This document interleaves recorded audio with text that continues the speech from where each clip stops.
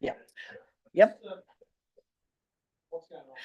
So because it's being live streamed, if you've got questions, we are just going to need to get you to turn on the mic when you ask that so that it's being picked up. Yeah, just so that we can have a bit more of an informal conversation, an opportunity for you to ask questions and to be a wee bit closer together. I don't know the answer to that, Phil.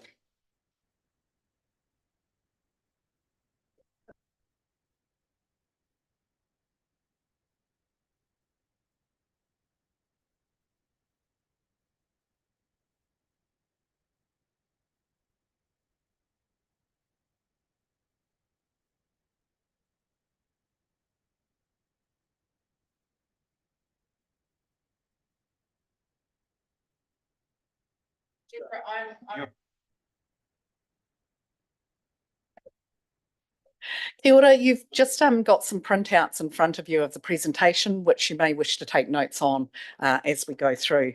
Tēnā koutou katoa, ko Nicola Sutton tōku ingoa. I'm the Head of Community Insights and Policy, and I'm presenting today's workshop for you.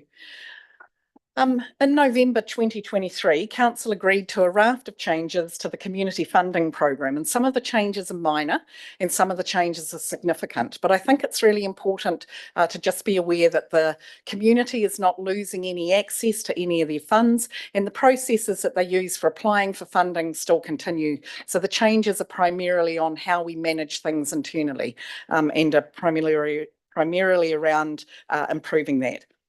We'll be presenting to Council next month at a meeting a report for consideration. It includes a revised funding policy, terms of reference for the assessment panel, and also an update on the changes that were agreed by Council in November. So the purpose of today's workshop is to tell you about what has been done to prepare for the implementation of the changes agreed, and to seek your advice on several questions that we still have remaining. I'll work through the first 5 slides and then pause for questions before moving on. If you've got a burning question, then feel free to indicate that and we can ask and answer it as we go.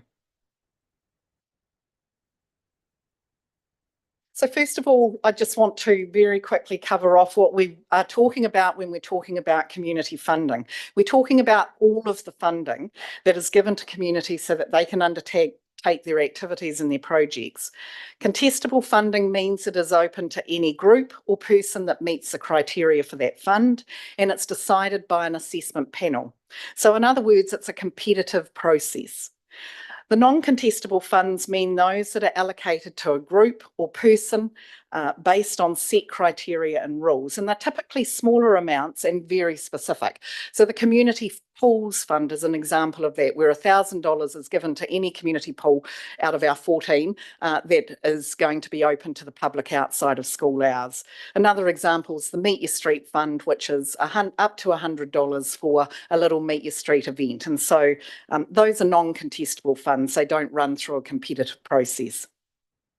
Discretionary funds mean those funds where there is discretion around purpose and amount. In the new funding approach, the only discretionary funds will be those of the Mayor and the councillors. Community funding can go to groups or individuals or organisations or teams, and it's used for all kinds of activities such as community planting days, repainting the roof of a historic building that is listed on our district plan, a community picnic or event. It could be archival materials or eHive subscriptions for a community group. It could be travel by an individual or team member to a sporting competition. It could be supporting a community care program for the elderly. So there's a whole raft of activities that happen in community funding. And I know that a number of you already sit on community funding panels. You'll be very aware of the kinds of things that come to those funding panels. I'd now like to work through some slides that give some context to the changes to the community funding. I think it helps to understand the direction taken by remembering what we said we would do in November. I'll talk briefly in a later slide about that, but also just want to note that the LTP deliberations also progress the direction that we're going with the community funding program through the budget set.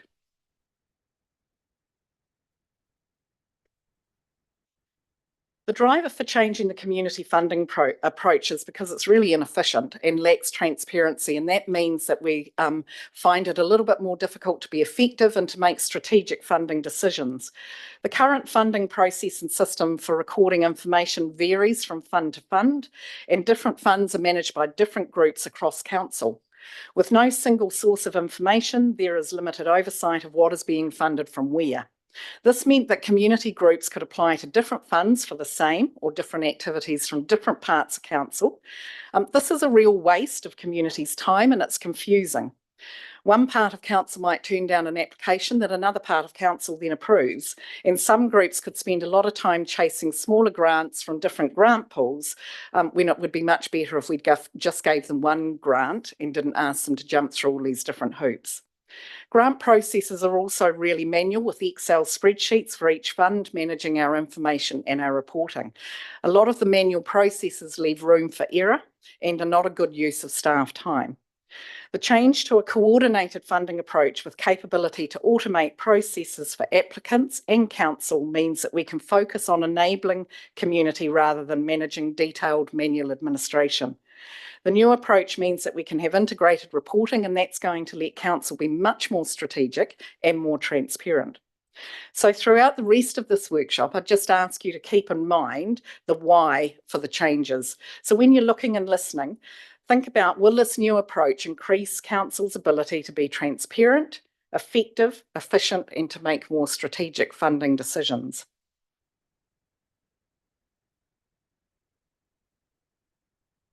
This slide compares the old approach with the new approach. You can see that the change is primarily around the number of assessment panels and whether funds are contestable or not. The contestable funds are those that are allocated by the assessment panel. This panel is led by council, which gives council greater oversight of how it supports its community. The one assessment panel gives greater transparency, and it will lead to more effective and strategic allocation of funds. The two at the bottom, you'll see the bullet point there around 2 panels for other funds. That's just referring to the Creative Communities Scheme and the Rural Travel Fund, which are external funds that we administer, and they have a separate assessment panel. Those panels will continue in the new approach. I just want to take us back to, before we pause for questions, briefly remind us of the changes that we agreed to in November last year. There are 2 really significant changes. The first of them is the establishment of the assessment panel, which is really key to improving transparency and strategic decision making, but it also will improve the effectiveness and the efficiency. And the second really significant change is bringing the administration all together under one group rather than right across council. And it makes sense that that group is the Community Services and Facilities Group, and it's done through the Community and Economic Development function. It was agreed to disestablish and establish some funds, and I'll talk a little bit more about the Ward Discretionary Fund later on in the presentation.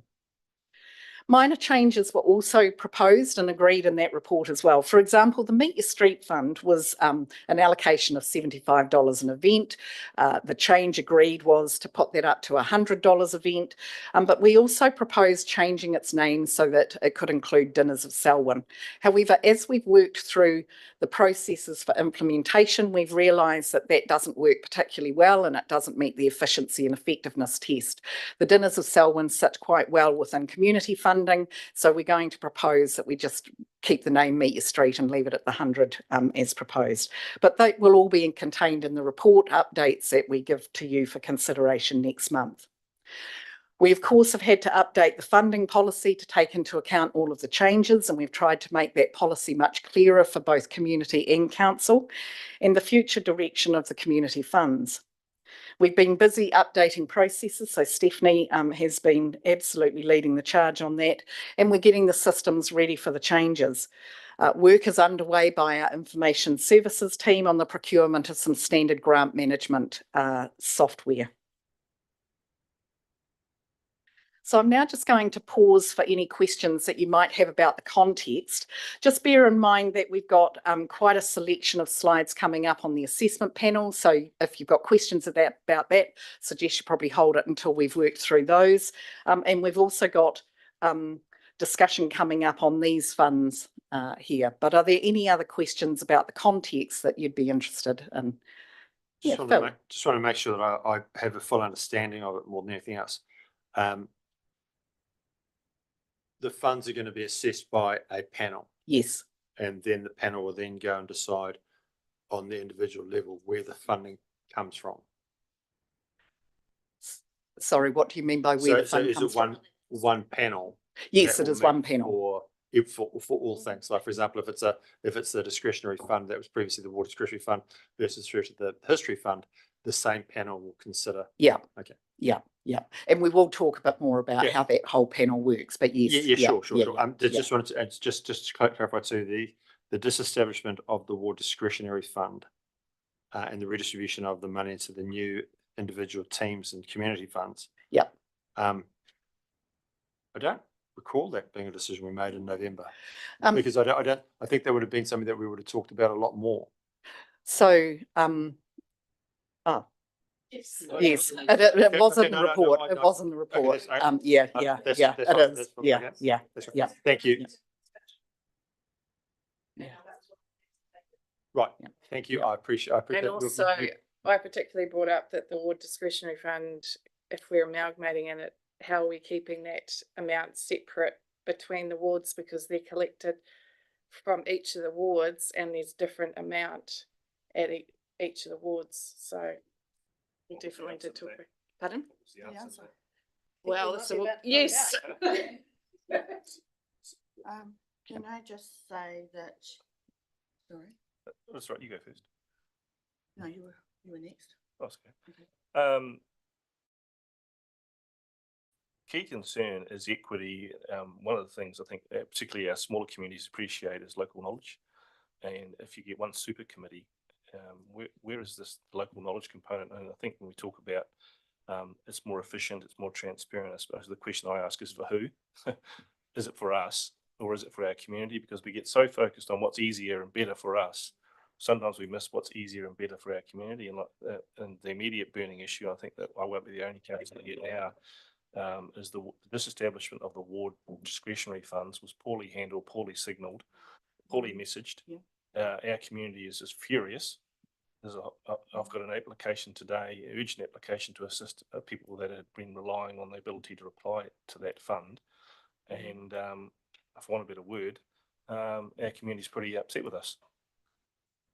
And I can't disagree with them, really, to be honest. One of the things that was brought up last time, we talked about Excel-based software, was the proposed cost of the software and the licensing. Did we manage to get that down to an acceptable level? It was over 60,000, I understand.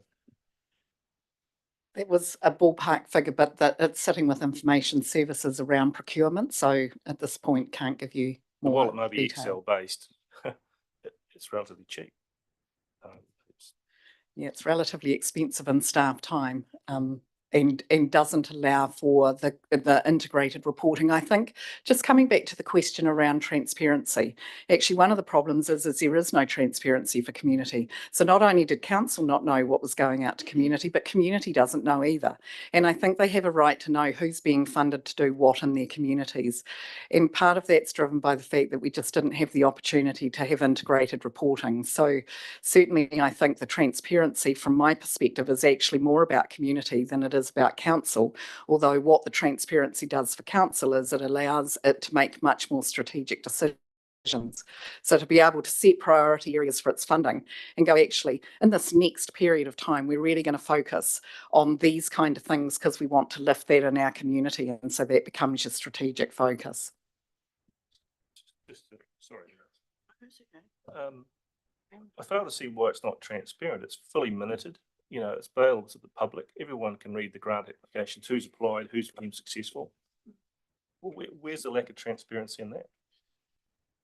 The lack of transparency is when the same people come to the grants fund to try and double dip. And we see it quite a bit. In the creative community. In the creative community. So you've got a money grant, and the people who know how to play the money grant play it very well. So you're saying transparency between grant committees rather than transparency to the community? Well, in both ways. The community, those in the community become very good at accessing funding when they know which funds to dip into. And some benefit more than others. Sorry, I'm Raven on here. Can I say something? So I appreciate what Grant said, but I come from in a different aspect. In my ward, we've got people, as you say, who know the system, and they don't say can you. They say I want you to spend your discretionary money on this thing that I've got here, and it's this amount of money, and there's this expectation, and then it's sort of because there's two ward councillors. If you're not going to do it, then I'll go to the other ward councillor. And then it becomes a little bit ugly and it's sort of a real pressurized environment. So I actually prefer it coming out from us and not having this you must or else sort of feel. And actually, yeah, so I just feel that this is may move. I'm not going to say definitely the way it is, but that's how it's played out for me and my ward. Yeah, I mean, it's come up here as Deborah, but that was when I pressed it. So you're not at the bottom, is what I'm saying. Oh, no, I was just going to ask whether you wanted to go first No. for me, because I had a question, so it's up to you. I've got quite a few questions actually, but I'll start. You go. My first question is, I open up Diligent and I see that we've got a workshop called the Community Funding Program, and then I expected to read the details somewhere.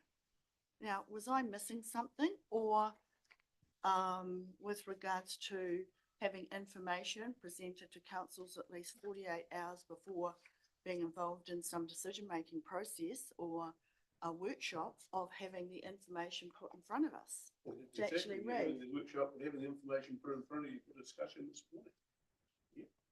It is a workshop as opposed to a decision making. Okay, so okay, that's. I just want to highlight that because you know, this isn't the first time that quite often you're in a committee situation and you do open up and the content is put in front of you. The next issue is with regards to the funding. I have to agree that I supported Nicole. I had applications that were urgent, that people wanted to go. I had a request for my discretionary fund, which I'd already spent. But I'm concerned that when some of the funding arrangements or some of the funds that are available for people to apply for within these categories is not going to help them. And quite often they want these funds for the benefit not only of their community, but for the council per se in delivering some of its policies around heritage. That was the one that I sent through to back up that we have a shortfall and we have an issue here. And you know, I mean, basically, we're dealing with it now. So can I have a timeline, please, of when is this going to actually be on the council agenda after this workshop? Because it's got to go through a process of the workshop, the council. Meanwhile, we have people out there, right, sitting there and wanting to know how to get access to funds to actually follow through. And some of those funds are for assisting the council to undertake its duties. So I'm just wanting a timeline, and that might be for the opening of the school swimming pools, the key system that will happen in the next couple of months, and they may need to apply for the funding of the $1,000 grant through that. If we don't have this passed at council or through some resolution, I'm sorry, but they're not going to be accessing the funds. Give us a timeline, and we're in the interregnum at the moment where we're changing systems. Yep. Can you give us an idea when the new process will come? I'm just figuring out. So the red button means I'm on. Okay, thank you. So we'll be bringing a report to council to the 11th of September meeting, where the changes to the policy are hopefully approved, along with terms of reference for the assessment panel.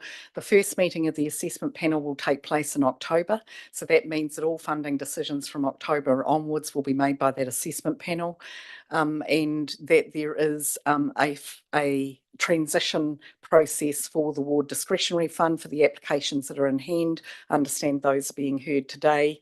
for the relevant ones. And then there is information on the website for anyone that's applying to that just helps them through that transition period. So it's a really short transition. We have a transition. Yeah, we do.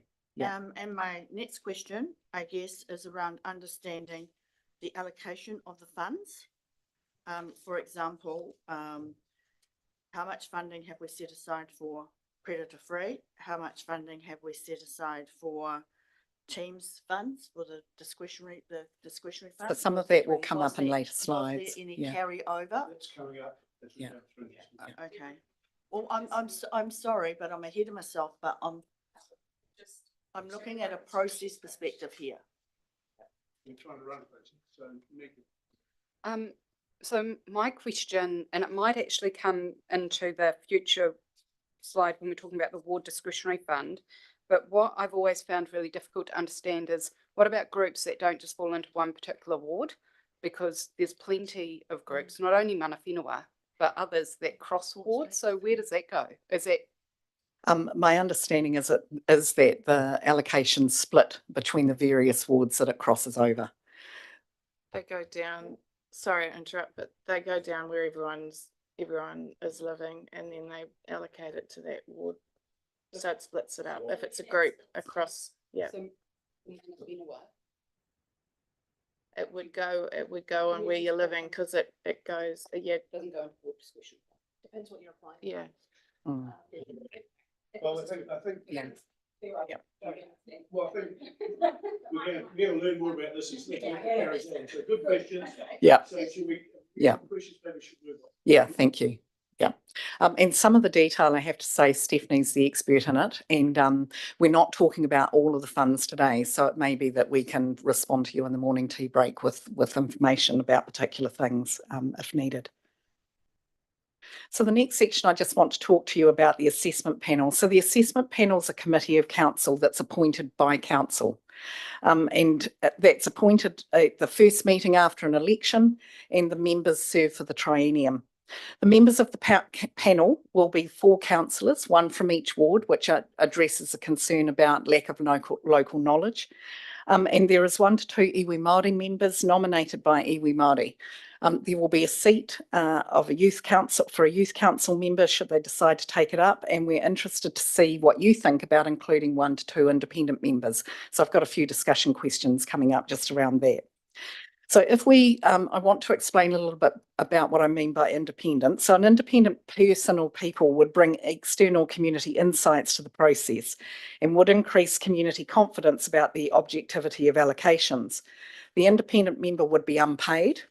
They would do the work because it was of interest to them in supporting their community and the organisations that enable a strong community. They would have a background in community governance or management, and they would be a resident of Selwyn or very, very closely associated. So it may be someone that works full-time in Selwyn and just lives over the border or potentially. We could recruit an independent member through an expression of interest process and a structured interview. The assessment panel could shortlist the potential applicants and be involved in the interviews or the appointment. And the people and capability team at council could help with recruitment if needed. The independent person would serve 2-year terms, with the second year of the term to fall between trienniums so that they cross over with the appointment of new councillors to the panel. And this would help maintain some continuity. For example, if an independent member was appointed in time for the assessment panel in February next year, then their term would finish in the December of 27, which means that the next elections after that are 28. Sorry. An independent member could have a limited time they serve. For example, it could be a maximum of, say, 3 terms of 2 years before having to stand down. The independent members could be moved earlier if required by the assessment panel asking council to consider ending the appointments. The independent member would sign a volunteer agreement outlining their roles and responsibilities and commitment to the funding policy and the assessment panel terms of reference. We would also provide them with an induction into the community funding program, and they would be able to bring their best to the process. And so one of the things that would be able to do is ask some of the questions that they're hearing in community from a different perspective to what they bring a different perspective to the panel. The assessment panel will be supported by the Community Services and Facilities team, who will organise meetings and do the admin work and provide initial recommendations, just as the current process is. We anticipate that the assessment panel and the Community Services and Facilities team will refine the process over time as functions mature and as opportunities for improving show themselves. Currently, some assessment panels are supported by experts. So, for instance, the Heritage Protection Assessment Panel, when an application is made to that fund, a heritage architect assesses it and advises the council on whether the proposed works are going to be effective. So that expertise we would anticipate continuing to come along and support the assessment panel. We also know that the environmental funds have people with environmental expertise coming along to that funding panel to answer questions and give advice if requested by the panel. These are the duties of the assessment panel. As a committee of council, it has delegated authority to carry out its functions, and it provides the governance of the council's community funding. So I'll just give you a moment to take a little bit of a look at that.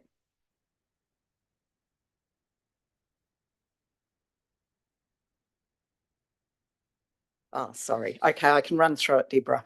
The duties of the assessment panel is to allocate the funds, to appoint a chair and a deputy chair, and to appoint the non-councillor members. And that's something I want to discuss because it actually may be council appoints instead. Approve any proposals to change fund purpose and criteria before it goes to council for consideration. So the fund purpose and criteria sits in the policy, and we set it there so that it couldn't be changed by staff. It had to go through a council process. And so what your assessment panel would do is consider the proposed changes that staff suggest are needed and approve those to go through to council for council to make that decision. I think that's very wise, having been on the panel and seen grey areas between, as we have. Yeah. They would also be able to approve amendments to the fund schedule. So the fund schedule sits at a lower level than the policy. It's really at that more kind of immediate area, and we'd want to be able to make changes to the fund schedules as needed for improvements, but the assessment panel would be required to approve those. So once again, the staff just can't go off and make changes to funds. The assessment panel would receive quarterly funding reports, which would enable them to have that whole of community funding program view.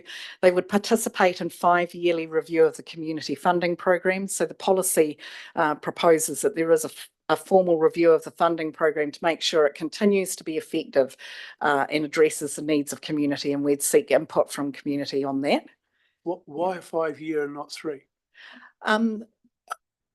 Because I think changes potentially, actually, good question, Malcolm. It could easily be 3 as 5. I'm just thinking of the triennium, and you may not have the same people in the panel that have the experience of the last 3 years and 5 years. So the timing could actually take that into account. You could arrange it so that it's time to fall relatively close to the ending of a triennium in whatever period. But that comes up in the policy. If you think it should be something different, we can certainly change it. I think the important thing is that we commit to a regular review, and we commit to a regular review that's robust enough to collect. What I think it needs to do is collect information from the council. Is this meeting your needs as a council? From the assessment panel members, is this meeting their needs as an assessment panel? But also from community. So how's this process working for you? What can we do to make it better, or what changes would you propose? And then the last thing is provide governance oversight for the community funding program. So those are the duties of the assessment panel. The assessment panel is responsible for allocating 8 contestable funds across each year, and then in the LTP year, so that's once every 3 years, they will assess and recommend the strategic partnership funds as part of the whole of council deliberation process. I'll discuss this a bit more in one of the slides coming up. The assessment panel meets 11 times a year. There's no meeting in January. The meetings would likely be in the second week of each month at a set day or time. It could be following a council meeting, or I think Stephanie's got some thoughts around that. The funds would be staggered across the year, so generally only 2 funds are considered at each meeting. The individuals and team fund applications will come to every meeting so that we can be really responsive to what's going on there, but they're relatively small amounts and they get standard amounts typically allocated. So it's a really simple process in terms of the assessment of those. The fund timetable that I've put here on the screen shows an example of how it could look. I think it will vary a little bit in the first 6 to 12 months because we've got some funds needing consideration at the moment that we wouldn't want to leave in this fund period. So an example of that is the Ellesmere Reserves Board Fund, which I'll talk to you about soon, which really needs to go out in a contestable process. So we're suggesting that would be considered this year in December, but then it would move to a regular funding round of July. So the purpose of the table really is just to show by the spread of the ticks that we're not looking at every fund every time, and so the workload is kept manageable. Can I ask, where does Creative New Zealand funding, which is a government initiative, fit into this criteria, and where does the sports team travel fund fit into this process? So those two funds are run by different assessment panels, and the reason is because those assessment panels are set. The criteria around them are set by the people that give us the funding to distribute on their behalf, or the government that gives us the funding to distribute on their behalf, and so those funding panels still exist. The recommendation is that a member of the assessment panel is also assigned to each of those. So once again, you get that all of community line of sight, and they will be included in the quarterly reporting that comes to the assessment panel. So once again, the assessment panel is getting this whole of community funding viewpoint. I just wanted to pick up on that. Yeah. Just another thought on that. I'm part of the Creative Communities Yeah. Funding Group, and look, I think a panel concept like this could actually really work for those. I don't know about the overseas travel one, but certainly for the creative community one. I think it would give a much more consistent approach too, because there is possible bias that's happening in the Creative Communities Fund at the moment, just because of the geographical base of where people are actually based. Right. And I think that probably a more balanced panel like this might in fact be the way to actually go forward with that. Yeah. Yeah. Well, certainly something that can be looked at. I think, the opportunity for. What I'm saying is the fact that it's outside of our funding money, maybe it's something we can internalise and somehow. Yeah. Excellent. Thank you. So we would appreciate your thoughts on the makeup of the assessment panel. We've already started discussions regarding iwi Māori representation because that was part of the change that was approved in the November report. And so because we would like to get those panel members involved, we've started discussions about how that might work. But we'd be really interested in your views on the independent members, whether you think it's a good idea to have 1 to 2 independent members, and also about holding a seat for a youth council member.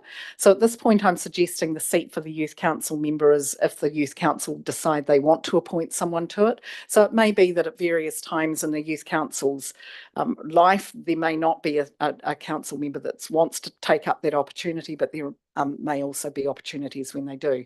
So really just opening up to discussion around the 2 questions that are here. So what are your thoughts around the 1 to 2 independent members of the community on the panel? I think that's a good idea. Yeah. The conflicts of interest is they're going to be the thing that's going to be hard to manage. So there's some way how that's managed. Talk a little bit more about that. Well, if you've got somebody from the community, they might be Mad Ken Bowler or whatever. I mean, the previous panel has tried to be to steer away from anything that we have any interest in or a family member has interest in. So if we're going to have an independent people on it, it's very important that those people know about the conflicts. Yes, and how to manage that conflict of interest. That's one point. The other point is keen on the youth council, but of course the youth council is usually only able to come outside of which is why I think it's a seat, which doesn't really fit with governance. The way we do it. So that I think that was my concern, and I initially didn't have a youth council member on, and the ELT just raised, does that need to be there? So I'm really interested in your feedback around that. I think just with regards to conflict of interest, I think the selection process for any independent members and the induction and the signing of an agreement around the terms of reference, which has got the conflict of interest, is critically important. But just like any councillor sitting around the table, there are also conflicts of interest. What you've got by by having just a really limited number of independent members is that you can dampen that conflict of interest potential that you've got going there. But you're right, conflict of interest always has to be managed. Yeah.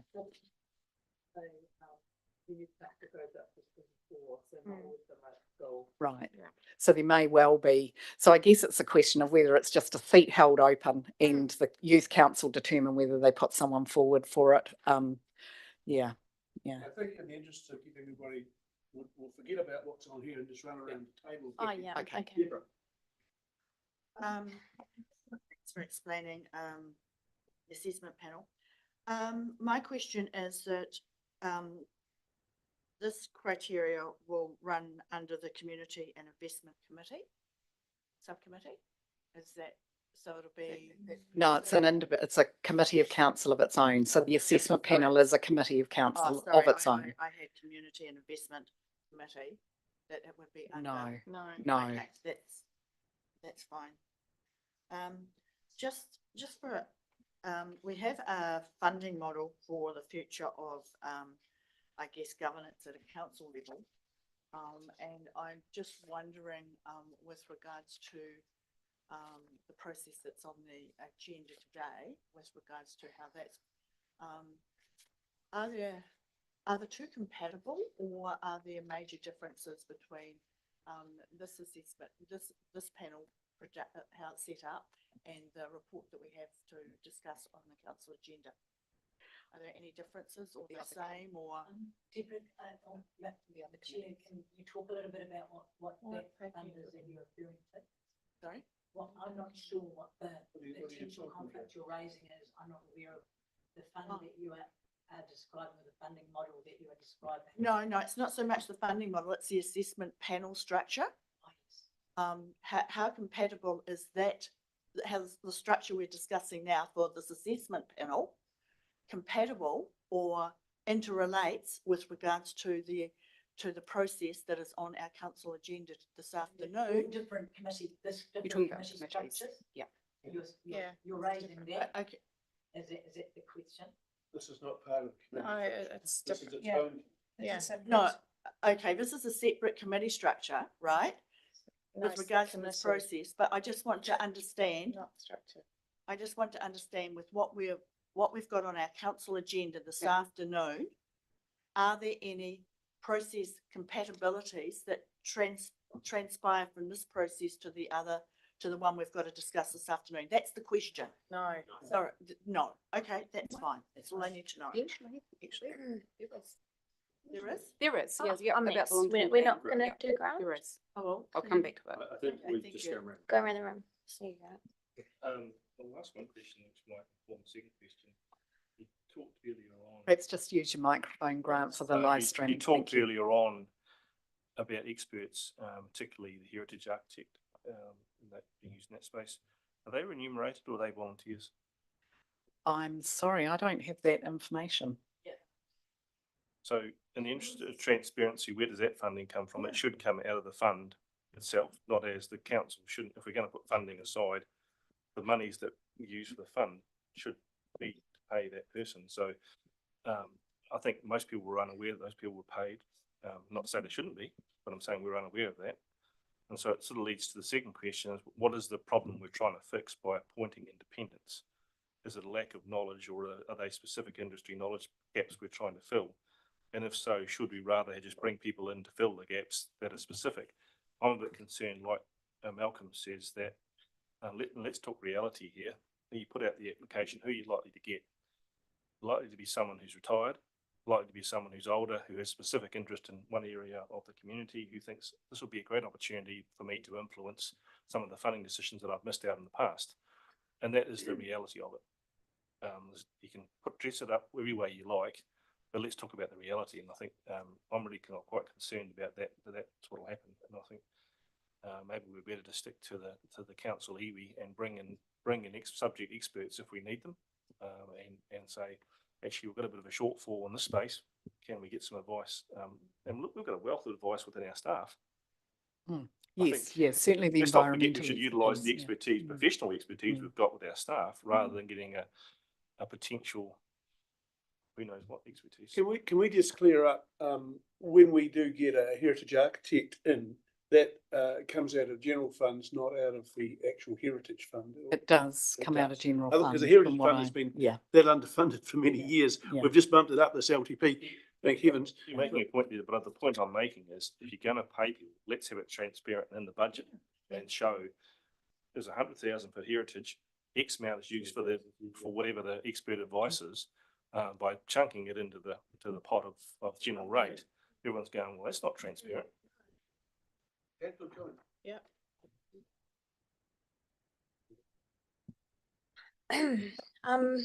I've got a few concerns. I can absolutely see the benefit in having all of it fitting under the one umbrella, without a doubt that there's a lot of merit to that. But there's always cons. And here are my three probably biggest concerns personally.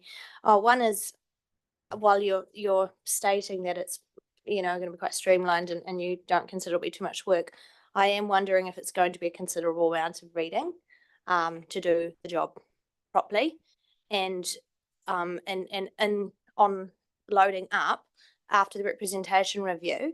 So it's one councillor from every ward. Well, if Melvin and Ellesmere ward only go down to one councillor in each ward, then there's no choice.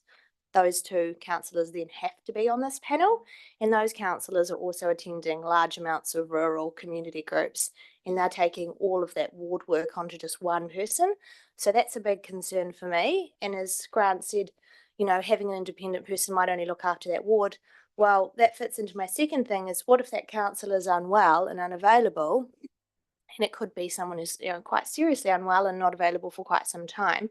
There isn't a second person to fill in, and I'm wondering whether we can address that potentially, where these independents are available as a secondary person for those two wards if we go down to one councillor. And so yes, they might have an interest in that ward, but that's still representing that ward. So that's one of my things, and I'm just wondering if we can sort of give that some consideration, and also look at how can we streamline the reading, but also give the workload, because that's probably my biggest thing is, this could be quite a significant amount of work for people in here. And yeah, I think we need to be able to find options to have options for the councillors. So it might not be just one councillor's appointed, it might be two, and then they might be able to tag team, that sort of thing. The terms of reference for the assessment panel says that if the councillor can't turn up for their ward, that the other councillor can go in their stead. The expectation being that it's not consistently happening, but there is that opportunity. I think we would certainly want to take another look at it, Elizabeth, if the representation review goes down that particular route. But at this point, we'll build the system for what exists and then work with it after that if changes need to be made. But certainly here, and would share your concerns about that. Yeah. I've got three questions off to do with the representation review. And first, we need to reflect on Sam and Sharon's comments, what they said when we discussed that very concern about one councillor per ward. They said that the council will have to work in a different way. They just came out and said that's there's an expectation. Well, there wouldn't be an expectation that, and I think that the model that you've got suggests there needs to be dynamic. And of course, that fits in with what Malcolm was saying about a 3-year window, because the 3-year window, we change 3 years, so we need to have the cycle needs to match up with that. The independent person, the subject expert comment makes sense as opposed to a generic thing, and I think we need to be we can use that as a really nice tool, as opposed to having it as it's a generic person then who will be making a decision. Let's get the experts up. I guess, and one thing we need to be aware of is that if we were to have 2 iwi and 2 independent and 1 council and 1 youth, there'd be 5 non-council appointments on there. But it's council's responsibility to shape, and particularly when it comes to the community side. And that's why we're so sensitive. That's why we're here so engaged, is because we're not only councillors, we're community leaders, and we have a vested interest in these communities. So it would be a shame to be in a position where all 4 councillors might agree on a particular direction, but the other 5 takes them in a completely opposite direction. In fact, one would say that would be a breakdown of Yeah, the whole council process. Yeah. Finally, and you didn't really talk about this, but is there scope or could there be scope, and maybe consideration for this, about the funds, rather than saying there's this much for this much of this, this much of this much of this, there's slippage between the 3. For example, someone may come up with a heritage protection thing, which is going to take up 4.5 times what the heritage fund is, but it's a viable thing that we want to do, or that that council wants to do. Is there scope to have even that somehow drafted into the terms of reference, that there is the ability, or is it something we want to avoid? Well, I think that's actually a question for council. I mean, I would be saying, for simplicity's sake, and to make it really clear for community about how much is available in a particular pot, that it's probably best that slippage is kept to a minimum. I mean, the policy change does say that there is no rollover of funds. So if funds aren't spent or allocated, then it resets each year. This is part of the reason why people are dipping into multiple funds, because they've got one project, and they are dipping into it because they need funding. Now, I'm just trying to streamline the way through that. But I think that this panel idea is fantastic. So am I hearing, and I know I haven't heard from the other half of the table yet, but am I hearing from what I've heard so far, that there's not a particular appetite for independent members, or is it the number of independent members, or actually perhaps let's do the rest of the table and then come back to appetite. Sorry, Chair. That's all right.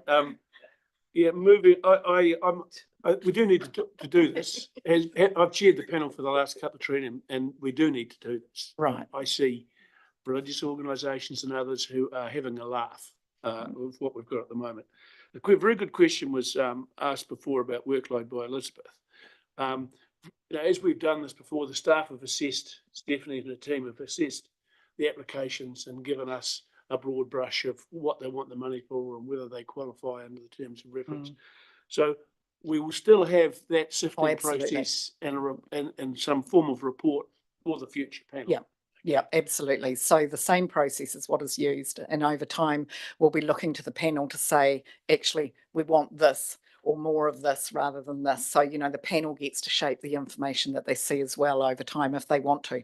And I do agree with ring fencing, because otherwise we will be had alone on. That's all my input. Kia ora. So on the independent chair and youth, when it comes to independent members, I don't quite understand what skill or knowledge gap that's trying to be filled here. And I would have thought that the 4 councillors are appointed to actually fill that role. So I don't see a lot of value in the independents. When it comes to youth, I do see value in that. And I am trying to think back to last week when we passed the youth strategy and trying to see how you take that strategy and then you embed it into these kind of decisions. So I really support youth being part of this. And then in terms of the whole structure, I know back in November I was quite supportive of it, and I do agree that this is going to bring a level of transparency for everybody to know what they can apply for and when.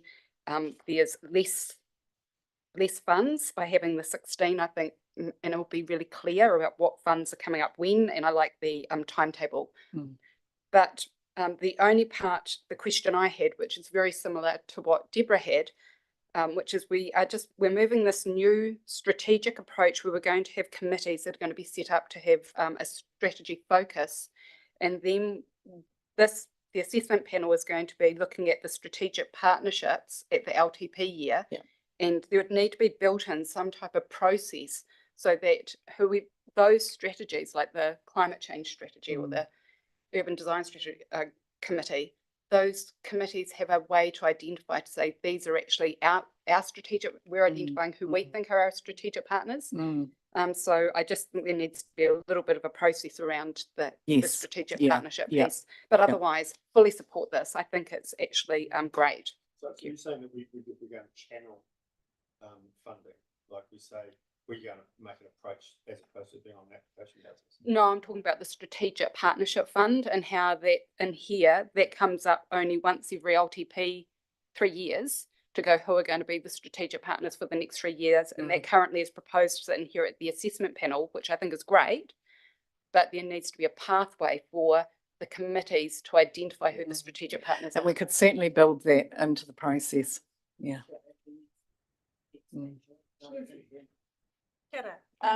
Yeah, agree regarding the strategic partnerships because some of them have been on that list for a long time, and we've got a few more strategies and policies now which don't necessarily align with what they are being given funds to provide. We don't really check it that well. So I guess overall, I support the idea of independent members. I'd be very interested though in seeing if there would be. I think we need a matrix to identify what it is that we're expecting somebody to bring to the table, because otherwise, as Grant said, you'll get a bunch of people who may not be able to actually quantify or qualify why they should be there, what they're bringing to it. That said, because we've also mentioned experts, I'm almost wondering whether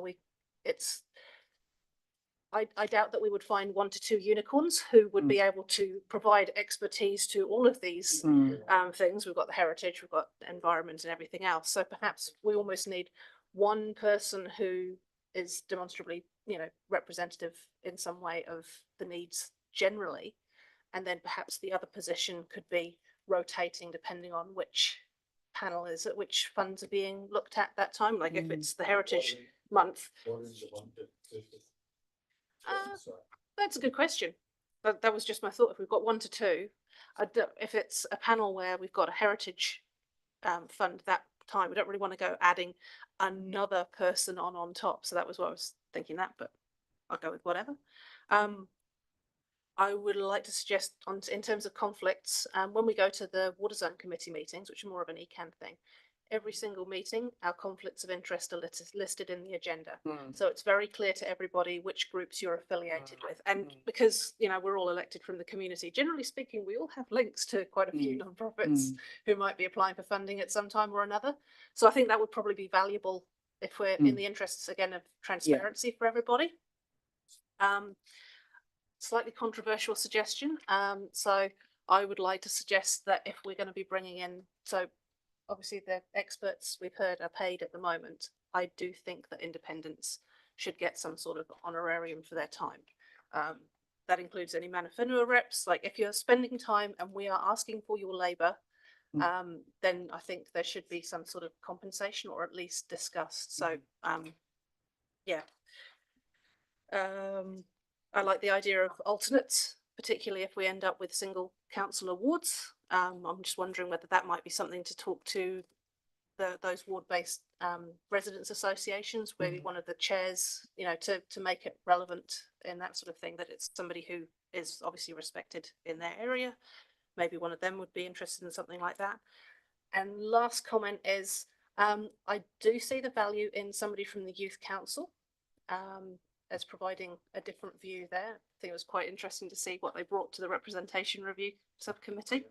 But I know that would potentially constrain the timing of the meetings, but actually I think the fact that we're lumping that as being something that would be a con to having a youth councillor actually that's like we've almost decided that the other independents would be somebody who's retired.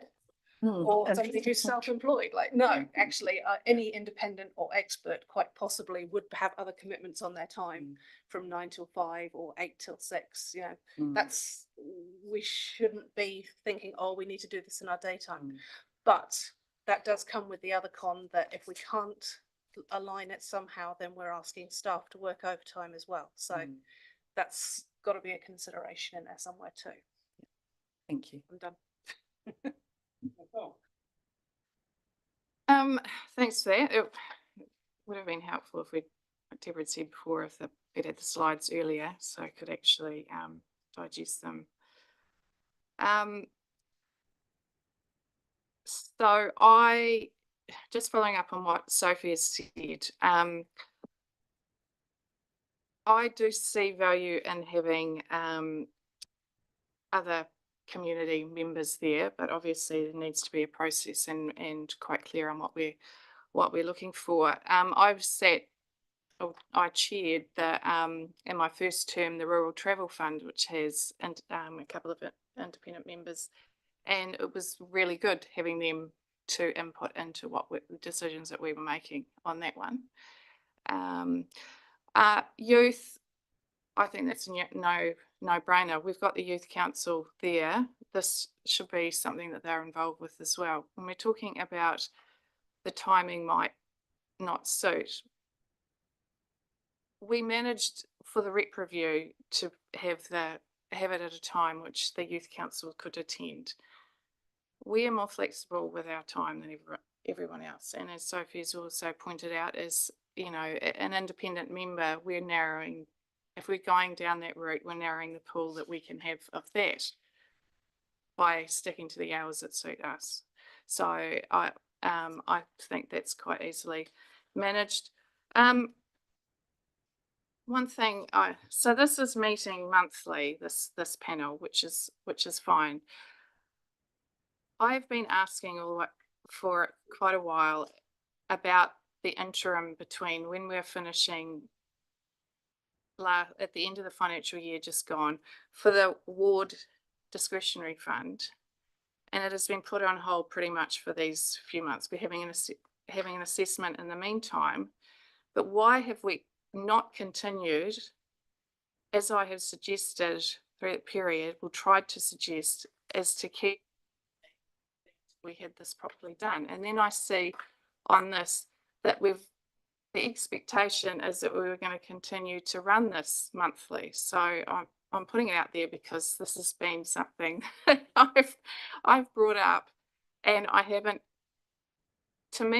been given an acceptable answer on that.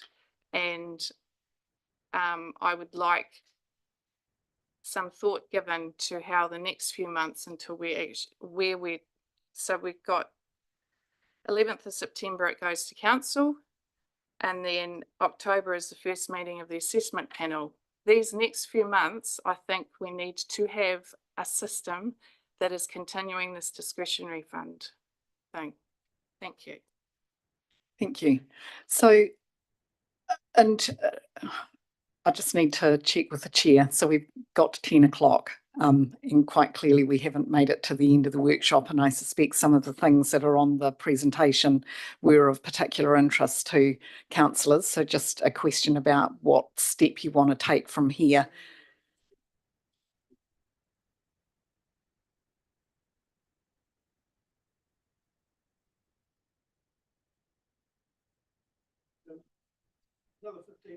Okay, so we might have to whistle through.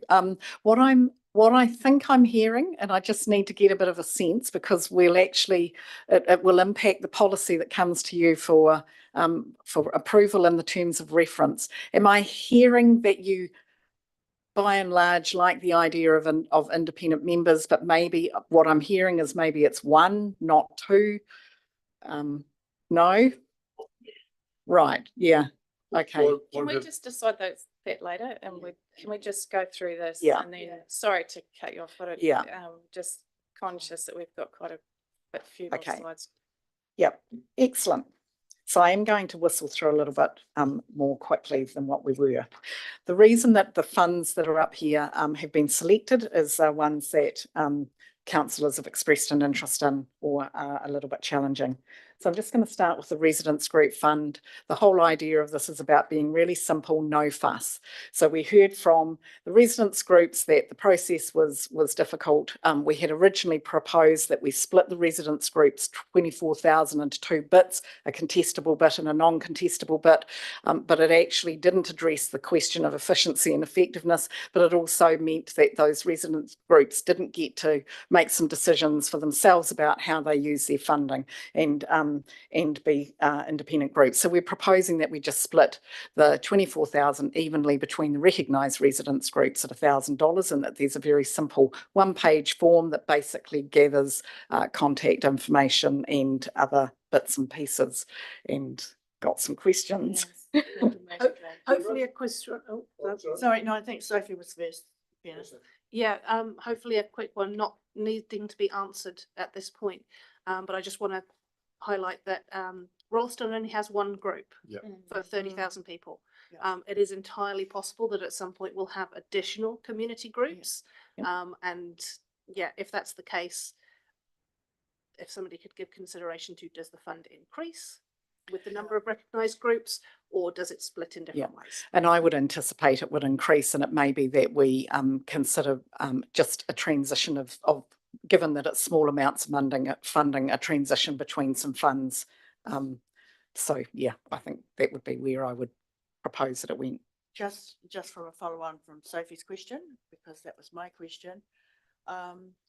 When you're looking at residents groups, and then you're looking at other groups that may not be constituted, or they could otherwise be constituted, and you could end up with 3 or 4 residents groups saying that they all belong, or they're all wanting to have a say at a community, and that's already happening in some communities. How are we going to allocate, or just say which ones we're going to recognise as representing, as opposed to those that just may say they are, because there's a big difference, and internet plays a big role these days with regards to how people communicate through and call themselves community groups.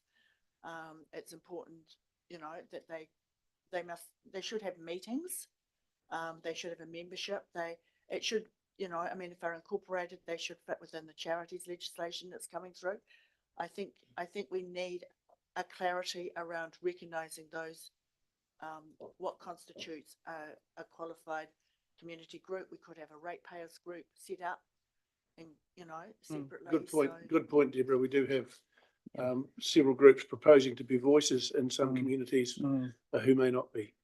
So that's a piece of work that we could progress. Might be one There voice. There is an existing criteria, but we could. So just got one small comment to make is that we also, similar to the Rolleston situation, we've also got the opposite situation where we've got small communities with multiple groups. So it probably needs to have a geographical or a population-based consideration in there. So it's trying to fix up on all. Yeah. Okay. Thank you. And we can build that in. Right. The next one is just around the ward discretionary fund. So it was $86,000.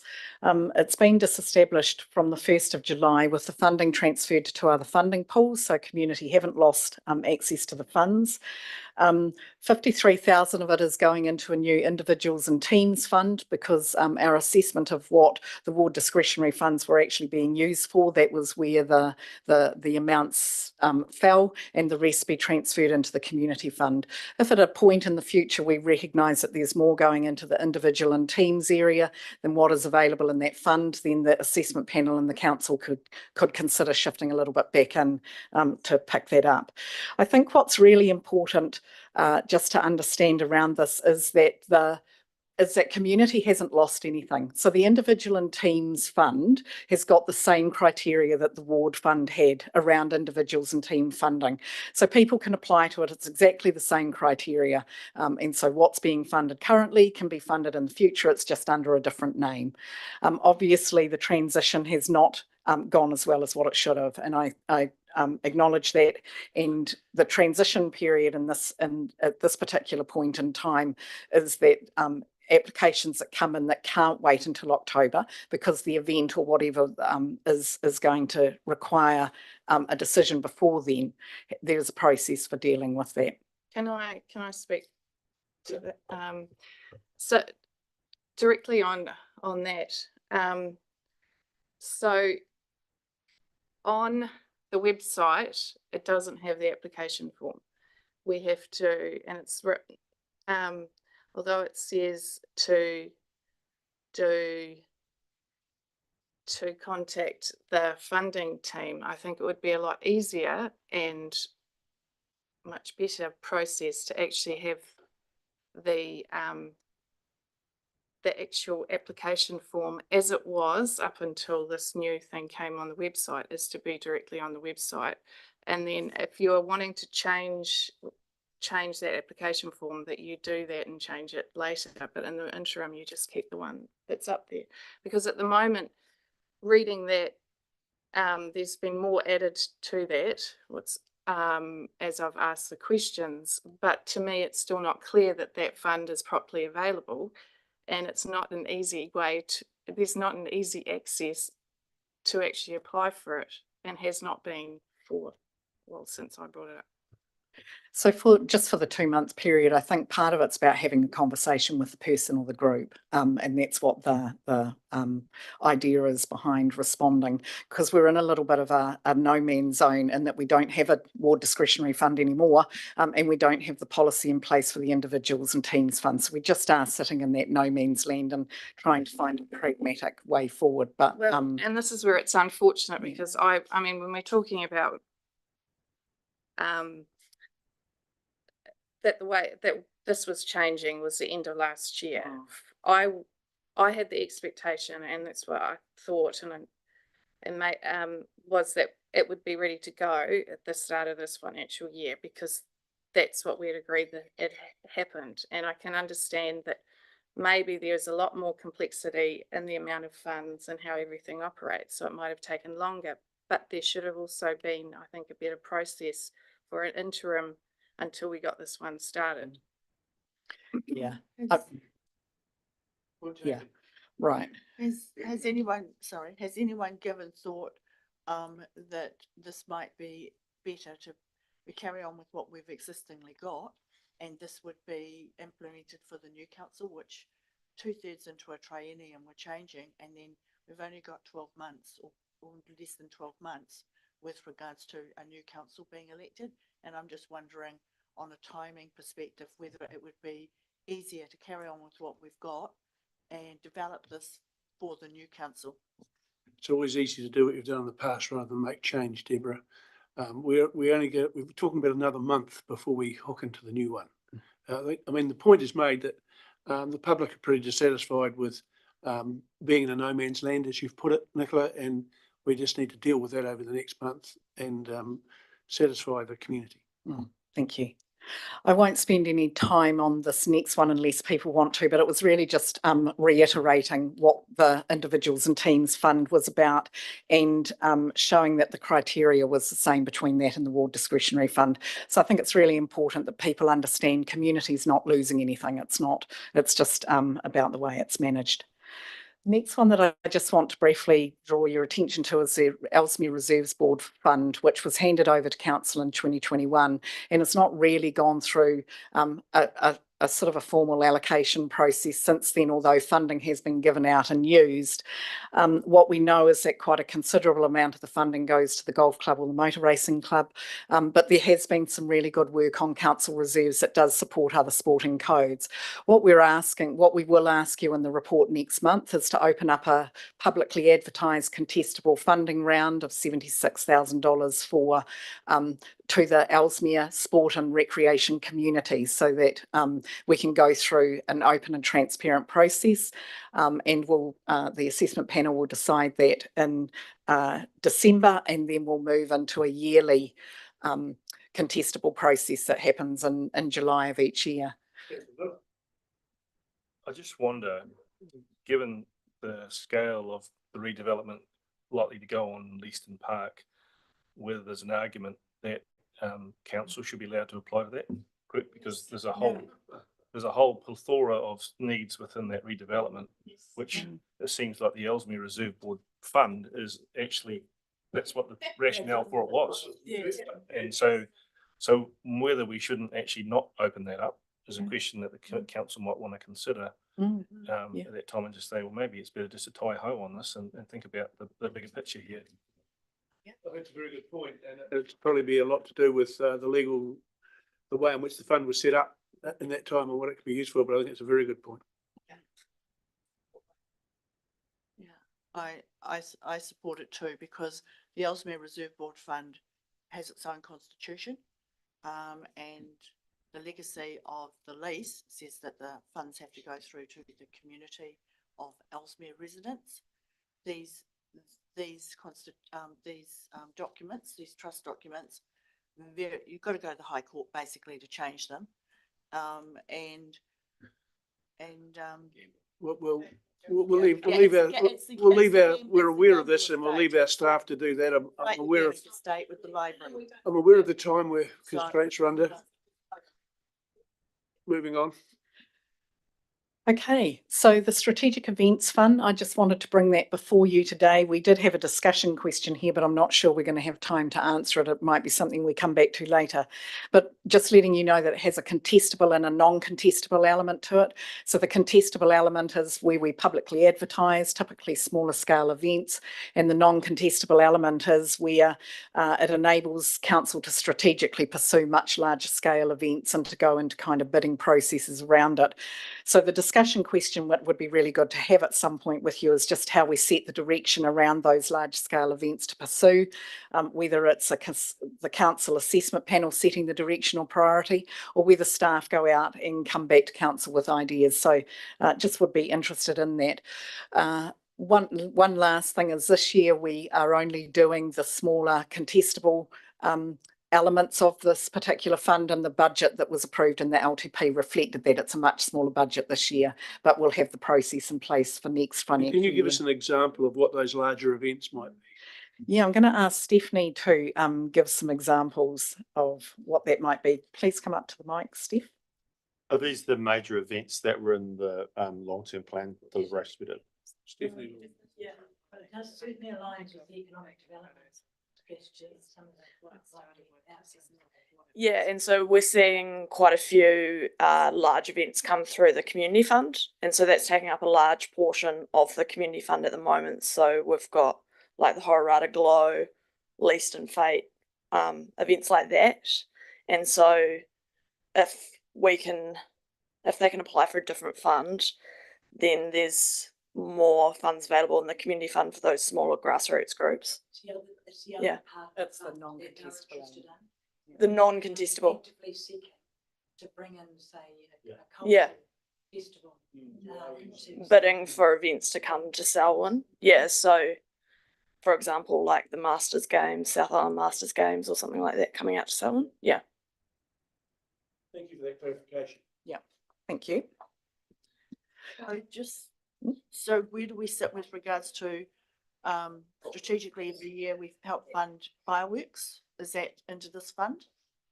We still haven't defined the criteria yet, so we're still working through that. But I think that's a really good question because that's because we talk about Hororata and we talk about Ellesmere, and we keep on talking about major things. The other two that pop on the table, and we need to remember that geographically there are other parts of our community, and Hororata and Ellesmere is not all that we have. So when we start thinking about these major events, we need to think wide and we need to think big. I guess it's also the purpose of the event. So is it a community event, or does it bring in people to the district? And we get that crossover where people are pitching commercial events with their benefit of running. So it's really going to be, we might seed funding for the first one and we'll see what's happening. Yeah. I suppose I want to be a bit, put my Scrooge hat on. We've got to remember that the average ratepayer, when they pays their rates bill, doesn't expect it to be dished out to John and Harry on the street. And so any dollar we give away from ratepayers' money must be done at the lowest possible cost and be modest. Like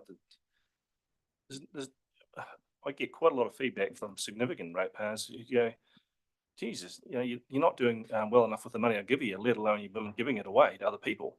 And there's people that have been on this list here have been receiving funds year after year, and it's actually their business model now to survival council funding. And that wasn't the intent when these things were set up. They were to be one-off hits that gave people get established, get going, not to be the lifeblood of it. Exactly, exactly, Grant, and that's why I'm fully in favour of the transparency which hopefully this new process is going to bring to us. And modest.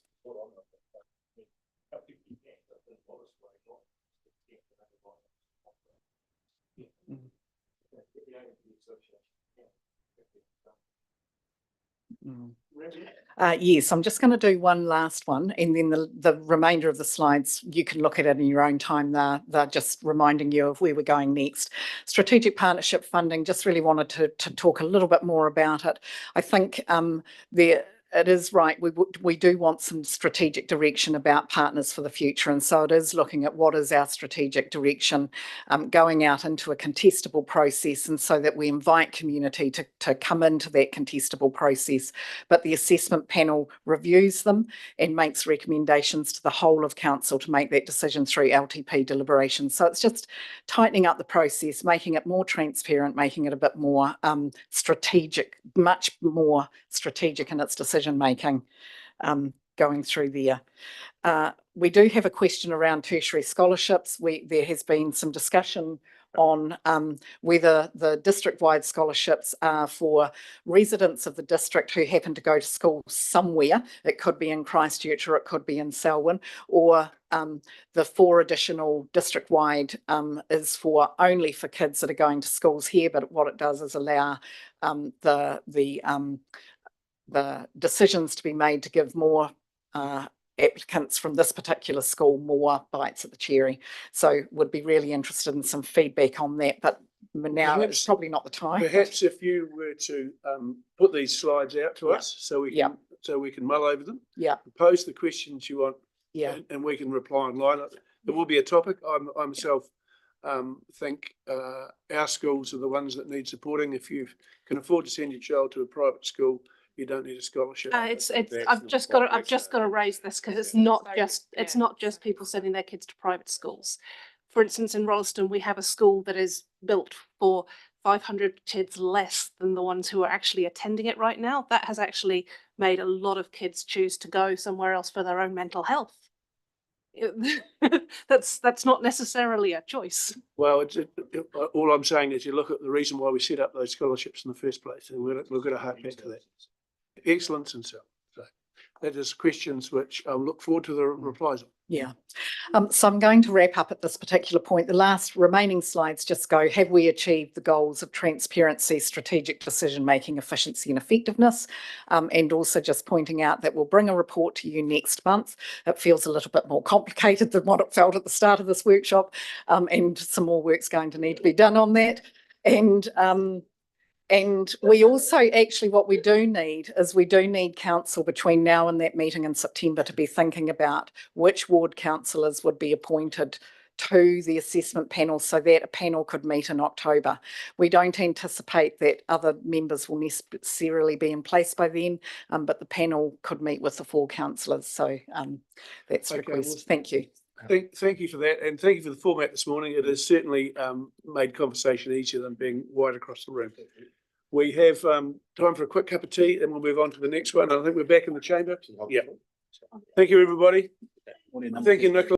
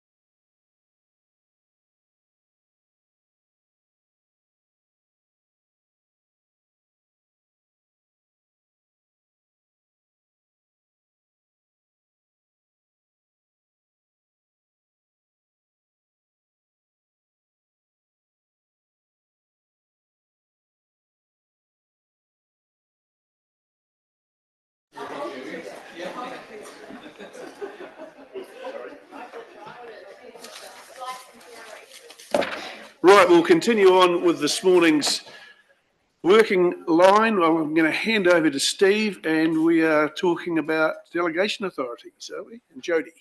Yes, kia ora everyone. We're going to try and get this done and dusted by around 11 o'clock, because I know that there's a fairly decent conversation coming up after this one. So procedurally wise, the paper that we've got here and the presentation we're going to run through is dealing with how we're going to manage the hundreds of delegations that council delegates to its chief executive and staff, and then how the chief executive and staff manage those delegations. This review, as we've noted in the paper, is broken down into two stages. The first stage is we're focusing on financial delegations, and that's going to be the focus of today's session. And the timeframes there, so we're bringing a paper back for the 11th of September, and that will present you with the range of financial delegations that we will be asking council to delegate to its chief executive and to staff through that chief executive role. The process is to enable you to have real clarity on how we manage and have set the delegations. It's to give you some visibility of the context in which we're operating, and it's to give you a sense of what that context means. So from a financial delegations point of view, we can be looking at setting really low threshold of delegations and the consequence of lots of decisions coming back to council versus really high delegations versus a requirement on really good and accurate reporting. And so this is a balancing act, and what we want to do is give you a sense of the balancing act today, and we'll work through that with Jodie's great analysis. In terms of the slide that's up there, this is essentially utilising the Local Government Act. This is how we're approaching this opportunity to review our delegations. And as I said, there are many hundreds of delegations across the organisation. We want to bring this together. In terms of talking with a number of councils and with some legal experts, the last point's probably the most relevant, is that, and I'll read it, an effective way to support the chief executive fulfil the responsibility is to empower the chief executive to effectively manage staff to delegate powers, duties and responsibilities directly to that chief executive, and then permit the CE to then sub-delegate to other staff as operational needs arise. So what we're talking about there is really putting the accountability largely through your employee, our chief executive, and then from there it's then how we then manage the sub-delegations from that. Means that there's a lot greater clarity of control, also enables us to better report how we're tracking, and certainly having the benefit of a couple of conversations this morning, once we get the structure right, this will certainly help us with effective monitoring and control of our delegations and the delivery of those decisions. Next slide, thanks, Jodie. So Jodie's, as part of review, Jodie Becker down the end of the table has been undertaking a review of how we're sort of stacking up in the context of some of our similar like-sized councils. And we're just going to walk through the next 2 or 3 slides just to give you a sense of where we're at. And this is guiding us, and certainly today we're after your guidance and feedback on the financials primarily, as to the levels and your level of comfort as to the dollar figures. So Jodie, I'll pass over to you.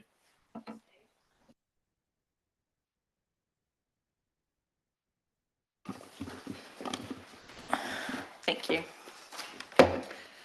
So as Steve mentioned, these slides here are amounts that I have researched from other councils delegated of authority, and what this slide is showing is the first table is showing that councils operate within the constraints of their budgets, and that's consistent across all. The second slide, though, looks at the constraints that are placed upon the exercise of that budget. So there are FDA limits set on certain activities along the way. So the overall budget itself, while that might be the uppermost constraint, there are constraints, checks and balances in the forms of financial delegated authorities for certain activities such as contract approval and other activities like that, procurement.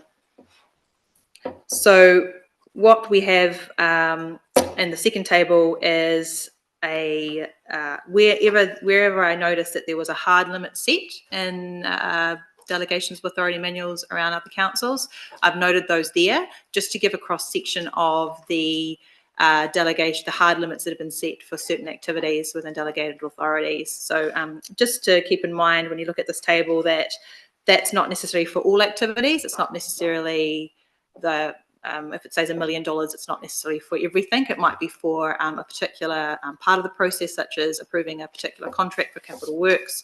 So this is just an example of all those hard limits that might have been noted across, just to show you where those hard limits have been set. So we might pause there. Are there any questions or observations you want to make off that second table or the top table? Noting the column in yellow is directly from our current delegation structure.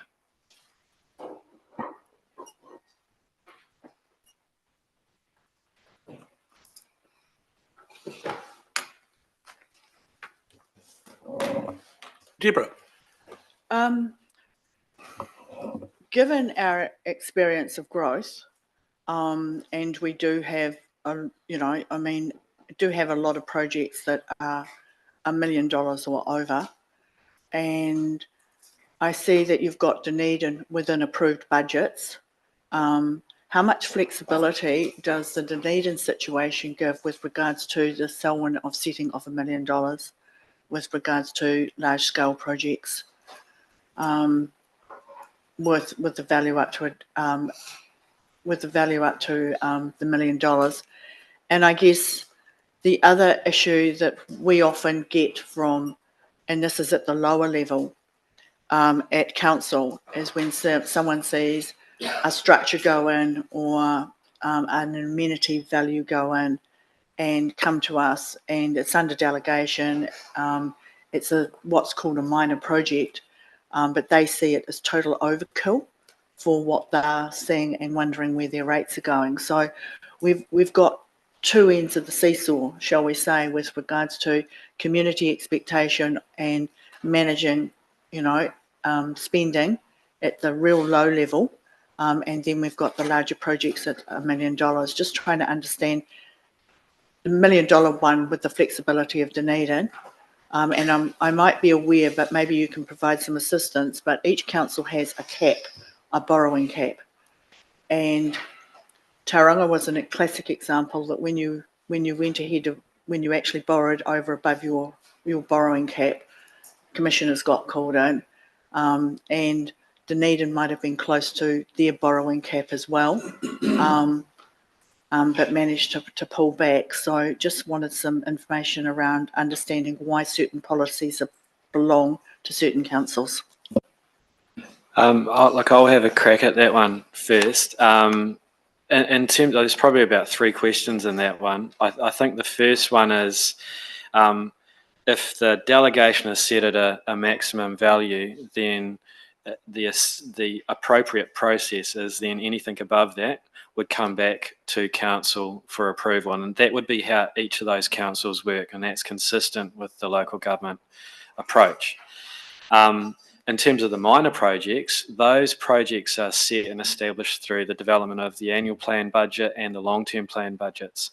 And so if there's an amount set aside for a certain activity or function area, and it's within that budget, then it's approved. And what we're looking at here, and probably what you're talking about, is the tier 3 and 4 delegations, is that's the max limit that person and that person working in that functional area can approve in their functional area. And if they have to spend above that, then that would go to their 1-up, whether that's the second tier or to the chief executive based on that budget. But this is all set through the long-term plan. In terms of the budgeting around the loan funding and the borrowing, that's, I guess, one of the things that the Audit and Risk Committee and the Finance Performance Committee, that's one of the things that they look at. And I'd say that on a regular basis, both those committees get Treasury reports that talk to where we're tracking in terms of loan and debt funding. So hopefully those clarify those questions. Really good ones. Thanks. I suppose as a governor, I was concerned or wanting to understand, particularly around sub-delegations. So as a governor, we delegate, let's use you as an example, when I delegate a task or a financial delegation to you, Stephen, with absolute confidence and think, yep, Steve's got it. You then sub-delegate it to James Shoddy and Son, and he does a job for us. And I realise that there's some connivance in there, but how am I assured that that delegation I've given to you in full confidence that you're undertaking it has been sub-delegated again to Shoddy and Son? So in terms of the delegations, if we take it and if let's say if we're talking about Sharon, that you can only sub-delegate it once, like it can't keep flowing down through the organisation. And so the sub-delegation can only occur once, but from an accountability point of view, you can never trade off accountability for those decisions. And so, and how we manage that is through the reporting back. So I know it's there's certainly a lot of trust, and one of the things we're looking at with this process, by getting those limits right, Councillor, is that we actually want to set some clearer yes/no answers. And at the moment, what we've found through ours is that we've got pretty good yes/no tests, but there is some degree of interpretation. And if you look at the executive leadership box up there, there's not a number necessarily in there, and so it's hard to do a yes/no test on that one. And so that's one of the areas we're looking at with my colleagues.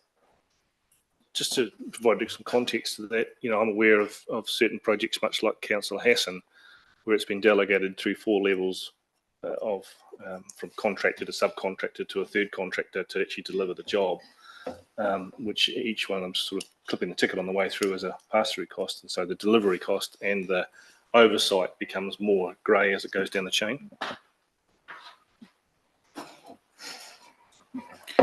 I can add a little bit more to that as well. On the next slide, I'll show that there are certain conditions and limitations that can be placed on the exercise of a limit. So some of those include reporting. So if it's over a certain amount that it already gets reported that project or that exercise of the obligation has actually occurred for that particular project. So there are conditions and limitations that can be put on an exercise of a particular hard limit to provide some visibility as to when it's being exercised and who's it's being exercised by.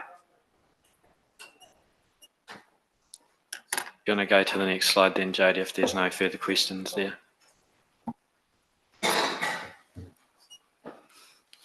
Okay, so as I mentioned just before, this is just an example of some of the conditions, looking at the Chief Executive as an example, particularly around contracts in terms of the conditions and limitations that might be set on a hard limit or might apply to a particular limit, even if it's not set as a hard limit. So as you can see there, we've got certain things that have to be reported to council if they're over a certain amount. And then using us as an example, we have a very similar approach to other councils where we have a limit that's been proposed, which is basically based on the budget, and anything that varies above that or it causes an extension to that limit, that then has to be approved by council. And you can see there that the hard limit, but that's limited again by a hard limit of if contract's over $1 million, then it has to go through to council. So there's limits, there's layers of limits within the exercise of FDA as we go along. Cool. We'll keep moving through. Jodie, just mindful of time. Cool. So getting on to some of the summary of issues that we have identified as we've gone through. what we've noticed is that the format of the manual itself and other sources of delegated authority aren't very clear. They're not very navigable, so you can't filter them by role, for example. So formatting, making it clear so people can filter by role is something that we're quite focused on, and we've got procured a system to help us do that. We've got delegated authority recorded in multiple places. So we have the delegations menu, but then we have bylaws, and then we have policies as well. So that one system where we can put everything will help us be able to provide a comprehensive one-stop shop record so people can get to the delegations quickly and easily. There is some ambiguity regarding decision-making authority. So, for example, some of our bylaws might talk about council, and council is defining those bylaws as being an officer or the governing body or the organisation, but it's not necessarily clear which it is when you read the delegation. So just some tidying up there. Authority's clearly been given, but we just need to iron down which role is exercising that. And we've also got some very manual and cumbersome management and administrative processes. So there are financial delegated authority limits are not being necessarily set when staff are being set up in the system immediately. If the financial delegated authority might occur 1 or 2 forms down the track, and so if we can streamline everything into one form and one setup, that will definitely assist. And probably one of the other things that the system that we're going to be working with is used across about 20 other councils in the country, and so we're partnering up with them. So there's a cost saving there. But the other benefit is that we'll also be making the delegations manual available through our internet as well, our website, so it's easily findable, and someone can search up any member of public, and if they so wish that entertainment, can go through the delegations manual.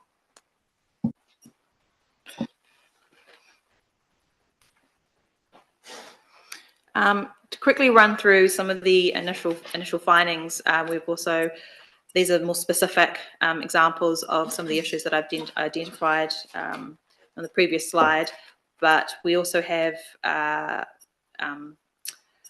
some areas of improvement around process and procedure. So making sure we're clear when we record a delegation who it's come from, and some of the ways that we can do that is to capture information on a form, one-stop shop form, like I mentioned before, with the financial delegated authority, who it's coming from, who they're reporting to, and some other processes too around once a delegation is made, how that flows through to all the other systems.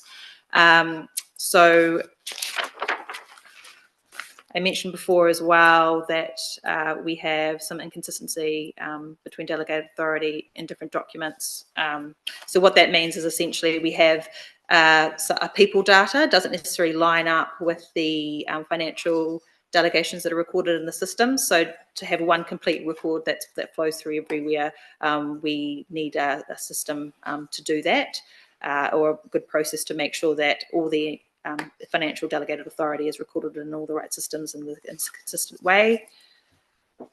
I've mentioned the ambiguity before around definitions that we might find in other documents around how council might be defined, and that could mean multiple people, but we haven't necessarily ironed down a delegate. So talked about how we might fix that. We also are looking at creating a single policy which provides clear guidance on all the principles in the LGA, and also all the management requirements that we have around our delegated authority. So we have some new roles that are being proposed, and some new frameworks, particularly around examples, areas like project management. So project managers and project sponsors, they'll need to have a financial delegated authority when that occurs. So we've gone through the process of looking at all our roles to identify what financial delegated authority is currently missing, who needs what, so we can update that. And then our management. So we've looked at how we can use our financial management systems to help us manage our delegated authority. And some of that comes down to how Magic is currently configured. But talking to Magic experts, configuration can be changed to accommodate a better management style. And then we also have some other issues to do, some other areas of improvements around our GL code, They're numerous. If we tie those down to roles, to activities and areas, that will help us as well. So those are some of the things that we're working through, and also some of the things that we have identified. So getting on to the preliminary conclusions. From what we've initially seen, some of the feedback that we have, focusing on how our limits are set, we believe that looking at how we set clear, if we set clear and define financial limits, so we get rid of the 10% above, if we can set some really hard definitive limits across all tiers for all activities, then we'll have a better platform from which to raise issues to you as governors. So it's really clear who needs to see what when. One of the most constrained areas in financial delegated authority are tiers probably 3 and 4. So we are looking at how we can accommodate and facilitate better decision making at pace in those areas, which also involves looking at the levels for them. And then we also have the process and policy changes that enable the CE to approve costs within the budget more effectively before they get to council.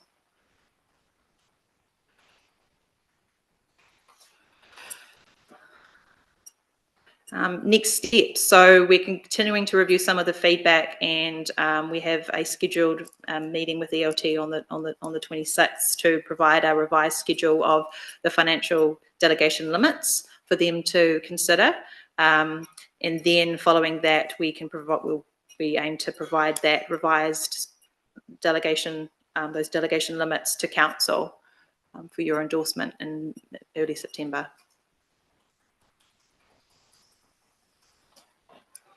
Excellent. Thank you, Jodie. Any more questions from any councillors? It's great to see the transparency being brought into this, putting it on the web, tidying things up. It's been long overdue. Great piece of work in action. I'm looking forward to seeing what comes in our documents for the September meeting. Grant. Phil was before me, I think. Oh, Phil. Just one thing, I guess. So I'd make sure I've got understood this right. So we delegate authority to the chief executive, who can then delegate at one time. The chief executive is able to delegate to one, to directly below, but they can delegate to multiple people. Yeah. So, okay. Right. Yeah. So, and that can go down to, but the proposal here is that they delegate down to could go to level 3 or 4 to tier 3. The chief executive can delegate to the lowest possible level of the organisation, but their sub-delegates cannot. So The reporting back to us is still done through the chief executive as opposed to through the tier 3s and 4s. We can look at what reporting requirements council would be comfortable with. Okay. To what level. Yeah. Thanks. Yeah. Grant. I'm sure this doesn't happen. Before you start, Grant. Councillor, just to also wrap up that one of the other things that we'll do is once we've set the delegations framework, then that will come back to council on a regular basis for reapproval and or checking that it's moving at the right pace, both giving the ELT and the management team chance to give feedback on the delegation structures working, but also to give you the chance on an annual basis that you can reset those delegations based on what you see. And it's that's probably making this part of that transparent overarching cycle of report, do, measure, review, and then bring it back. Sorry, Councillor. One of the benefits of being here long enough, and I'm sure it doesn't apply to any of the staff here, but it could in the future, is that delegations of 500, let's say 500,000, a $1.5 million project became 3 projects of 499,000, which I'm sure it doesn't happen now, but I just want to cover ourselves for the future that sort of behaviour doesn't happen. And I think the second question was, I didn't get a good enough chance to read the highlighted yellow CEO delegations, but when I was reading it as fast as I could, it appeared that the CEO currently has delegations to approve variations outside the agreed contract there. I think that needs to be looked at carefully, because that would indicate to us we've got a project that's going off the rails or significantly over budget or is not going to plan. And so I think those sort of things should be brought back to the council. It should have a look at, because so I'd like a chance to read that in more in depth, perhaps, and comment on that. I think this is the current structure, so we'll happily share this, and that's the benefit of this quick workshop, as we get some guidance as where are your hotspots. Just in regards to the first question again, what was the? How can I be assured that it's not 499,000? Yeah, so look, it'd be fair. We are also through Tim Harris and his team. Tim's reviewing, undertaking a review of a procurement policy, and that will also be coming through, and that's getting a test at the moment. It came to ELT earlier in the week, and so we are looking at making sure that we are narrowing down those potential for issues that create risk for the organisation. The last thing I saw, which is really good, is we don't need to be over everything, but it was quite good that the governance group saw all the contracts over 500,000 signed. It's only a one-page PDF doc that you can scan all you want, but it's helpful. Deborah. Look, thanks for the report and clarification around the delegations manual. But as I've highlighted, delegations manual has to go in partnership with the policy manual. And so can you please explain to us as council, where we have a delegation, we have our delegations, where that delegation fits with the upgrade or the update of the policy manual? Yeah, it's a good question. Look, I think we're dealing with the financial delegations first, because that is, of the two, that is the far easiest. And at what we have been doing, and that's why we've noted that the non-financial delegations are going to be addressed in the first quarter of next year, because there are a significant number of delegations that sit within policies of council. I've mentioned those around bylaws. We've got regulations and legislation from government that also fit into that category, and so we need to take a bit more time on that. So that is part of the scope of this review, but we need to take more time on that first, or that second step. Right, thank you for your questions. Thank you, Jodie, for bringing this up. We've had some good input. We look forward to the next steps. I'll now invite Phil Miller's team up. Yeah.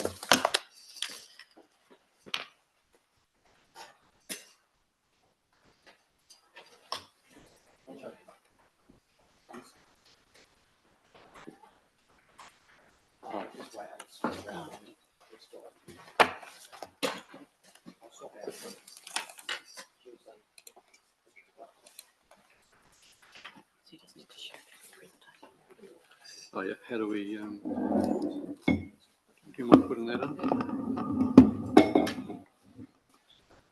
Welcome, the floor is yours. Thank you. Thank you.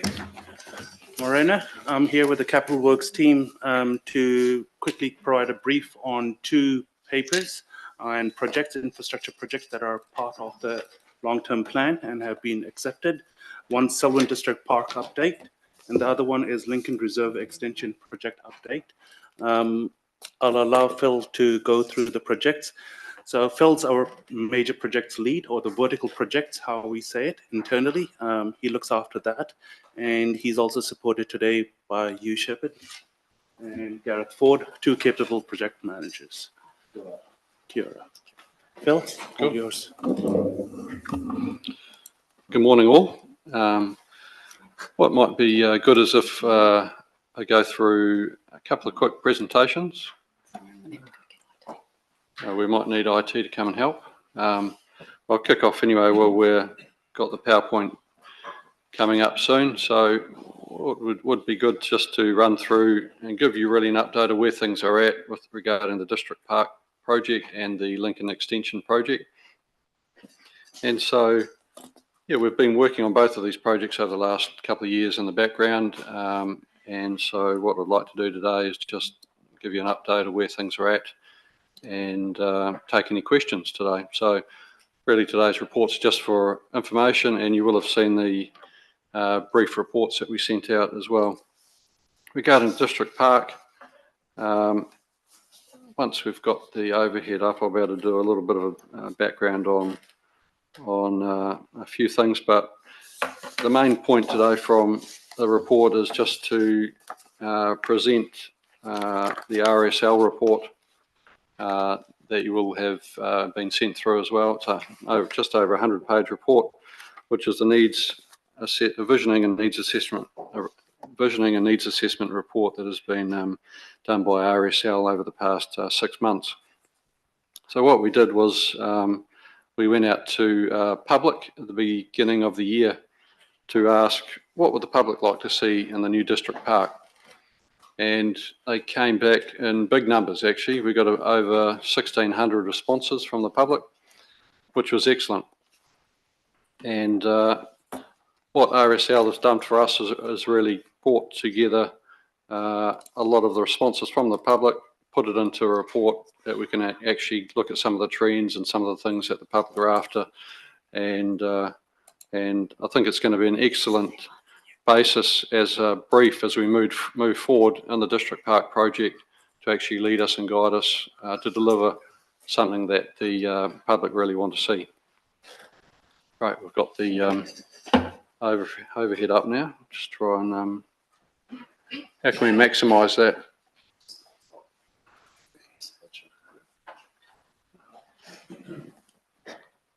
Oh, this one here. Yeah, great. Thank you. No, it's not maximising on the screen, but that's all right. Yeah, so just as a recap on the District Park project, the District Park site, the 99 hectare site, is located on the corner of Levi and Whedon's Road. And on the next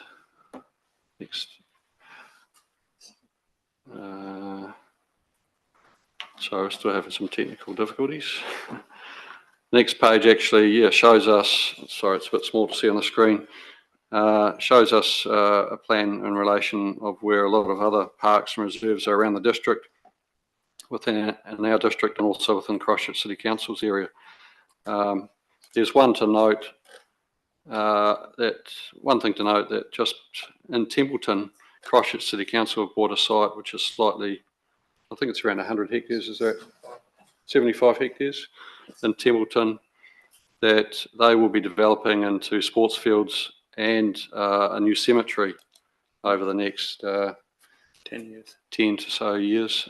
So that's actually something that is reasonably close by that it's just something that we need to take into account as we develop the park. So this block was purchased back in 2016, and it's really part of Council's planning for future sport, recreation and community activities, and in order to help us meet our future recreational provision requirements. And in 2023, mid last year, ELT gave us the go ahead to really start with the first third of the park, which is a 35 hectare site to the northeast corner of the overall site. In comparison with Hagley Park, just to give some context, Hagley Park is 160 hectares, so the 99 hectare site is approximately 2/3 the size of Hagley Park, which is puts in context as a decent sized site, isn't it?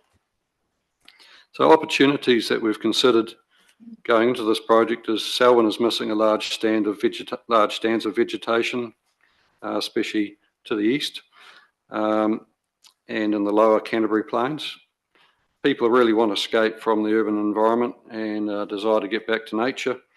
We need multi-purpose areas for sports and informal recreation, and at the moment we have a lack of a large event space for things like Selwyn Sounds and the fireworks event held currently at Foster Park and Lincoln Reserve. There's a real public interest in this park, as I've mentioned. And so we've come up with a proposed vision through this RSL needs assessment and visioning report, and I'll read it out to you.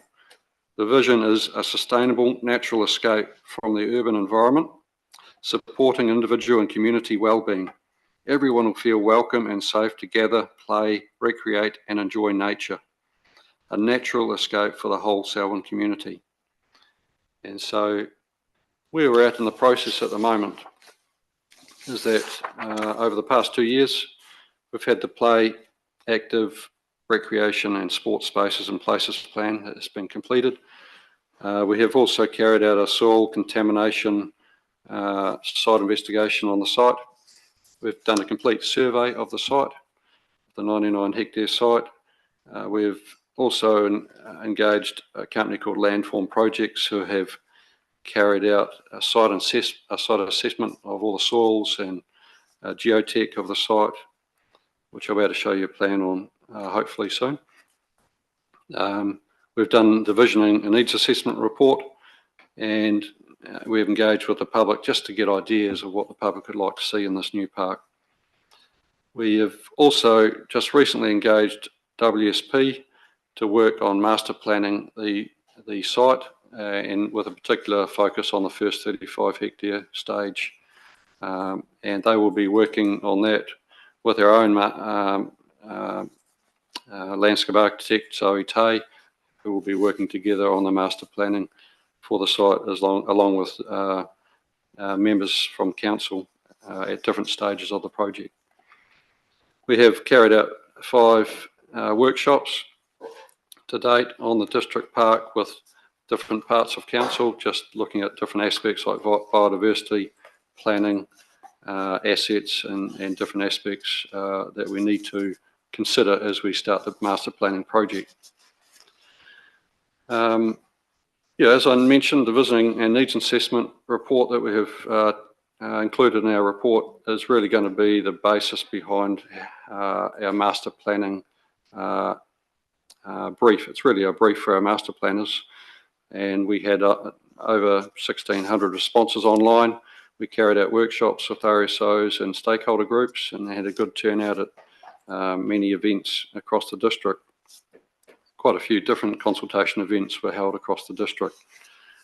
And some of the feedback from the RSL report, you'll see that some of the highlights in the report that the first thing people really want to see is natural areas with planting. Second on the list was they wanted to see tracks and trails. And third, people wanted to see range of play activities. And coming in fourth was grassy open spaces. So that and that plus a whole lot of other information from the public has been put together in this report, and we use that to actually help us allocate spaces in this first stage of the park. That's what we're doing with the master planning team at this stage.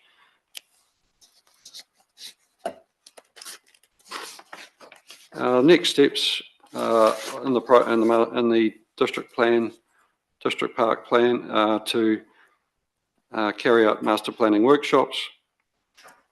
We're going to release the findings of the RSL report of what the public would like to see. We're going to release that back to the public, and going to carry on with mana whenua engagement. There'll be further consultation with key agencies during this master planning stage over the next 6 months, including Lincoln University. We will be running some workshops with industry experts within the Greater Canterbury area, and we will aim to bring back 3 master plan options to council by the end of 2024, hopefully in November. And the aim would be to go out to public consultation on the master plan, on the preferred master plan option in the public in 2025. Actually, if we can go up to about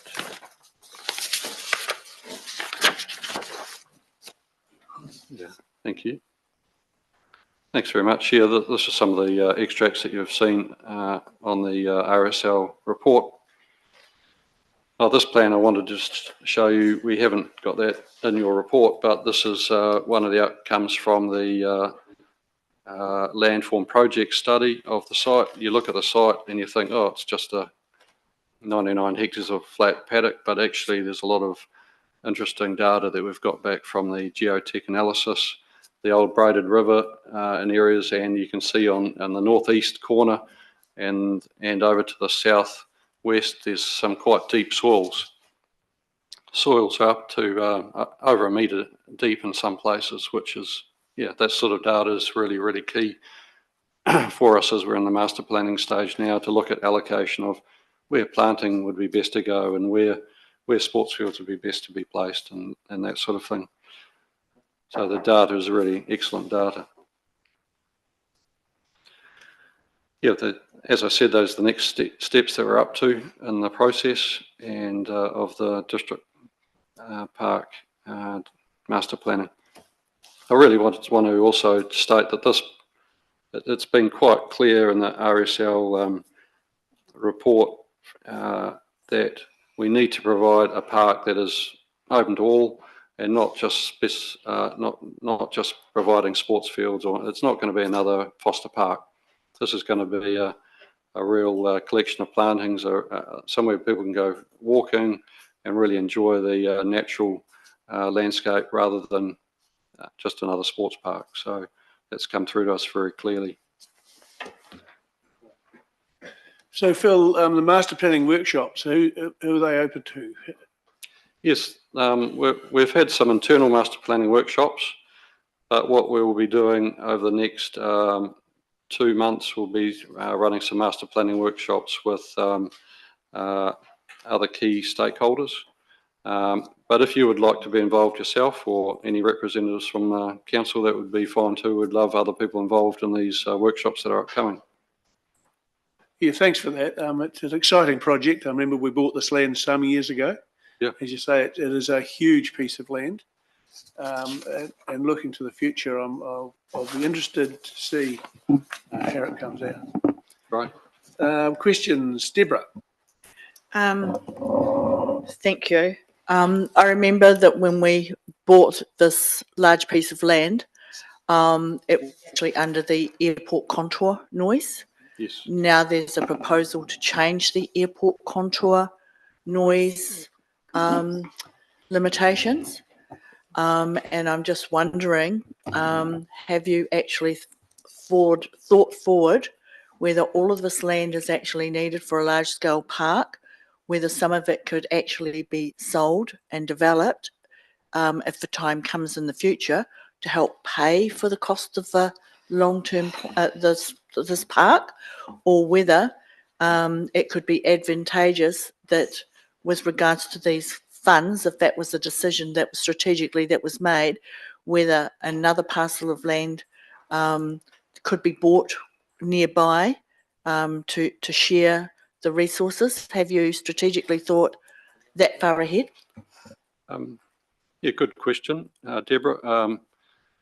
It is something that has been talked about internally at this stage because we've promised the public a park in this area. We have had go ahead from ELT to go ahead with the first stage of the park. That does not commit us to anything more than the first stage at this time. The airport contour will still be over, most likely over a lot of this first stage, which is to the northeast side of the park.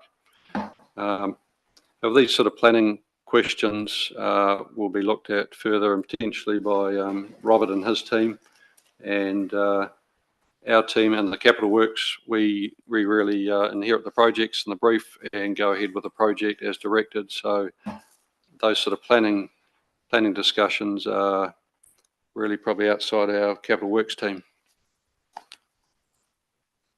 Thank you, Phil. Sophie? Yeah, kia ora team, thank you very much. So exciting times.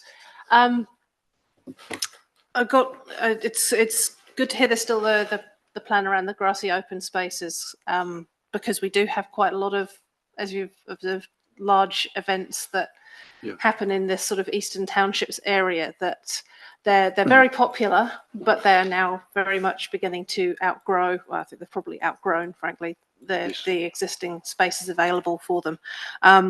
So apologies if you've mentioned this. Are the organisers of those events going to be invited to be part of some sort of master planning, or at least made sure that what they know works for them, if these, because they're quite established now, like, so they're going to be able to take part in the master planning stuff. Yeah. Yep. Sweet. Yeah, definitely. We'll definitely be talking to the fireworks events and the Sound and Sounds, and if there are any others, we are very happy to talk to anyone at this stage. That's who we want to be talking to, those sort of groups over these next 3 or 4 months as we progress with the master planning. Yeah, because another one that wasn't mentioned was the Motorfest, which currently takes place at Halpert Park. That's right. But that's another one that's getting a wee bit bigger than perhaps they should be in that space. But I guess so. The next question is a bit more of the would those conversations at some point involve crossing into how they get used and the costs that incurs? Is it likely to be any discussion with whoever's going to be managing the fields long term around revenue for those sorts of events and for the use of sports fields or anything else like that, just to make sure that in terms of bang for buck, we kind of need to look at the whole life cycle part of it, not just the design? Yes, you're totally right. There's a commercial aspect to some of these decisions, and we're likely to be putting in some buildings with the first stage of the project as well, especially change rooms, toilets, and there's quite a strong desire for a cafe centrally in the park. So from the public, so some of these decisions will have commercial implications which we'll need to consider as well, and definitely with the events they will have to be considered through this master planning stage, but also even to the next detailed design stage, which will take place in 2025. Thank you, Nicole. Thanks for this. Very comprehensive report, and good to hear what we're finally looking at doing. We've obviously had this piece of land for some time now, and it's good to hear of going forward with it. But couldn't miss this opportunity. Sorry, I'm going to keep harping on about it. So page 30, you are diligent and reference the accessibility charter, which is great to see that we've got it written in here. It's been considered. And then talking about that footpaths, crossings, paved areas and streets are designed and constructed and maintained in ways that are safe and usable and accessible, which is great. Yeah, good. I'm still going to say that the issue we've got our community centres have all had audits and had changes to them. Our parks clearly have as well. But to get between them, like through our roads, I'm questioning whether that is actually accessible for people to get around. And so I've brought this up before, but I will ask the question each time it comes up. Thank you. That's great. I'll give you access to the question. Elizabeth. Just a couple of little questions. One is the Lincoln Pump bike track that's over by the event centre. We're not there yet, Elizabeth. Oh. We're still at the district-wide part. Right, okay. Now I was just going to ask if that's...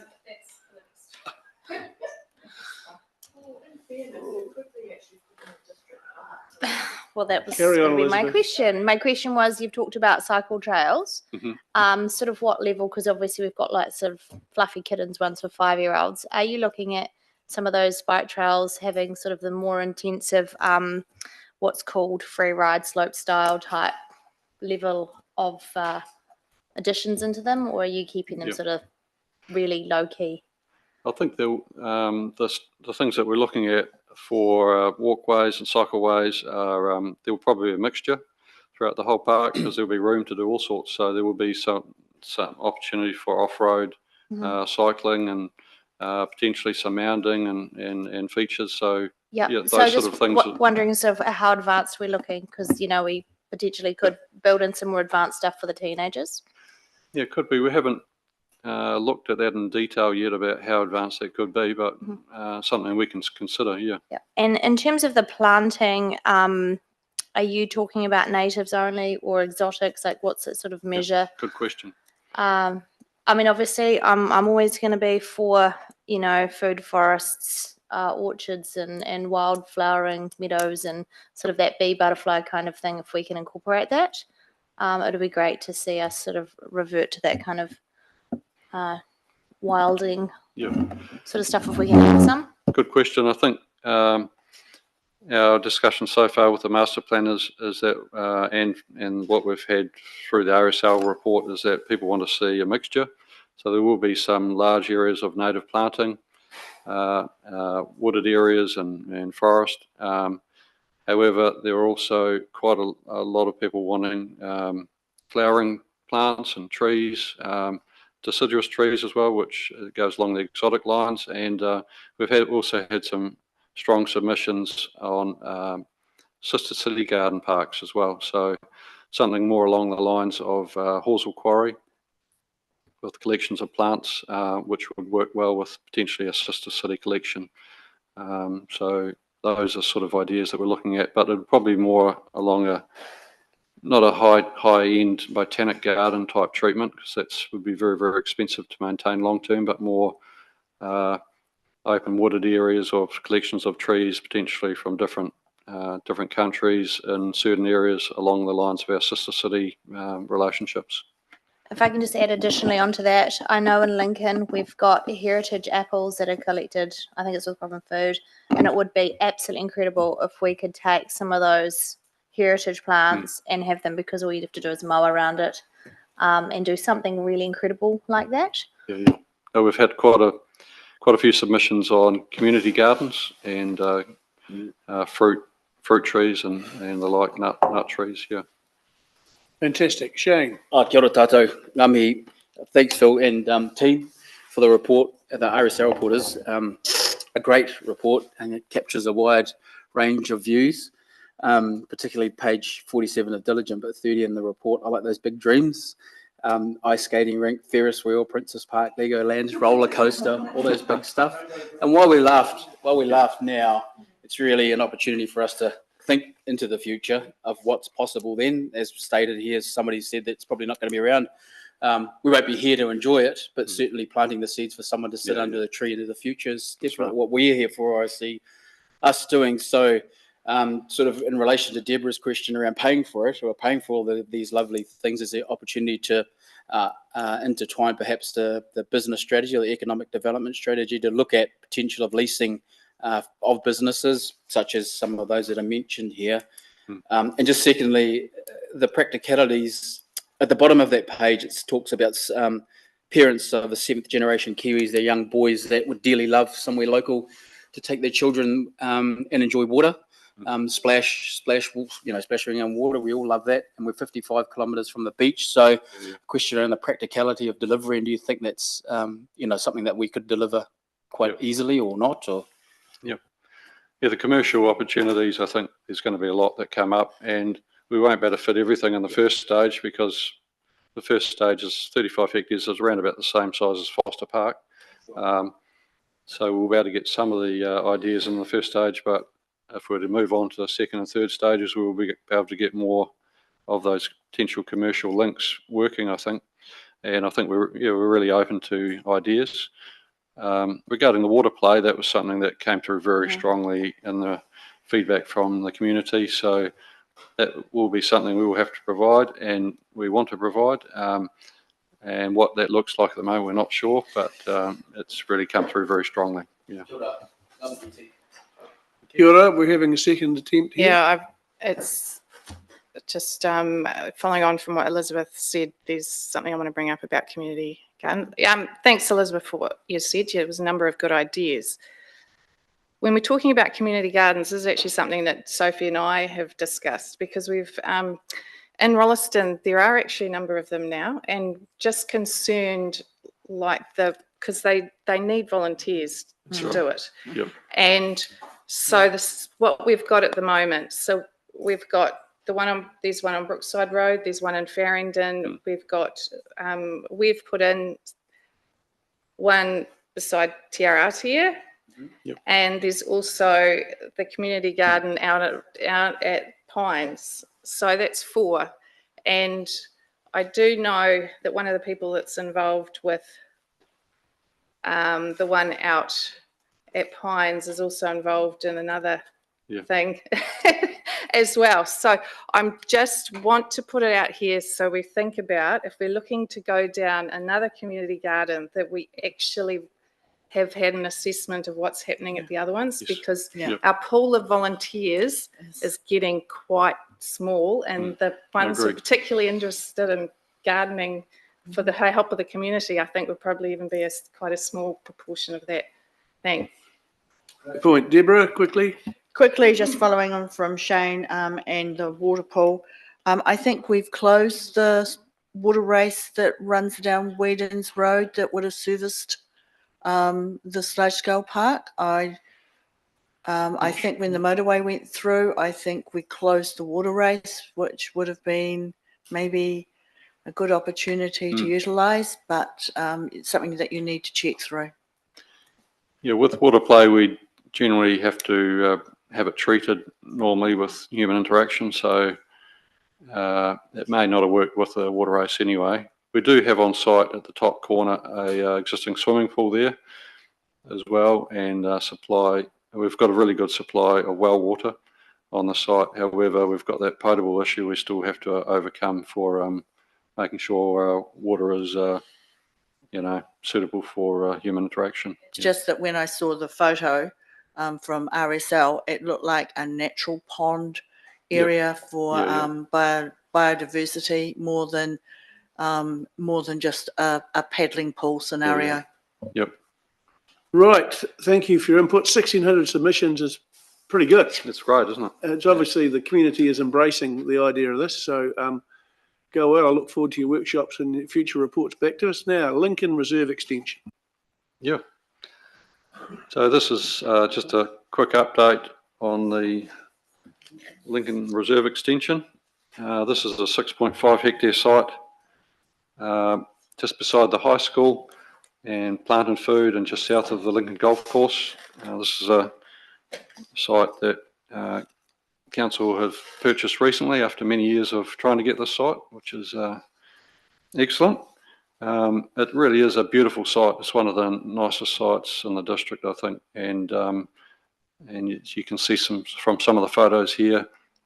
It's a special site. It has it's the top of the Liffey, and a beautifully contoured site through part of it, quite deep depression all the way through the south side of the site, and has quite a few existing large native beech trees on it, as well as kowhais and other lovely vegetation around the site. And so it is a beautiful site. And what we've been doing over the past couple of years is preparing the site. There's been some contamination issues we've been sorting out on the site, where there were a few buildings and burn piles and that sort of thing scattered around. We have cleared some of the scrub vegetation around the site. Had been used as a hangout for a few different groups over the years probably, and so we've been cleaning out some of the hideaway areas and maintaining it now. We've put up fencing around the site as well, and we've been doing a bit of prep work. We've also carried out site survey of the whole site and been carrying out geotech soils investigation around the site and working out the groundwater and all that data as well. This here is where we've got to now. Internally, we have created a concept master plan that you had in the report. The master plan outlines quite a few new features, and you see them noted down on the side of. It's a bit small to read. Sorry, on the overhead. What we're planning on doing is diverting the existing water race that runs diagonally through the site.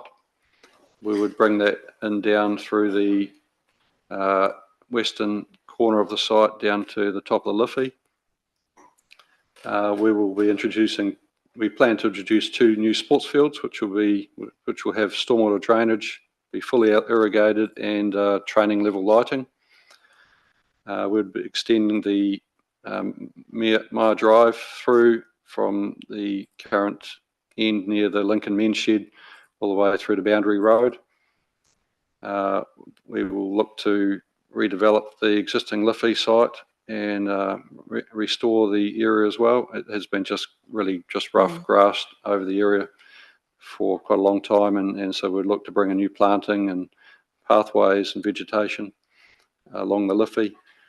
We'll be carrying out consultation with the local runanga and carrying on our work with them regarding the existing Pa Harakiki, which runs along the western side of the site. There's a really nice collection of Harakiki plants that we are protecting and would look to enhance in the future. We'd be bringing in quite a lot of car parking, pathways, cycleways, shared paths around the site, 1 new toilet, change room facility, and a dog park, which has been really requested by the community for quite a few years, but even recently we've been receiving a lot of requests for a dog park in Lincoln. We can't fit in a big dog park, but around about 5,000 square metres of area we can and fit along the western boundary of the site on our concept plan. We'll be doing quite a lot of stormwater treatment within the site and protecting the Liffey. There will have to be a lot of work done, very careful work done, to make sure that any water entering the Liffey, the upper reaches of the Liffey, is clean and treated properly. We'll also be landscaping around the site, trees, plants, grass, mounding, etc. This concept plan that we've developed is reasonably straightforward. However, there's not a lot of room to move with the design because the site is actually quite small. We've only got 6.5 hectares to deal with.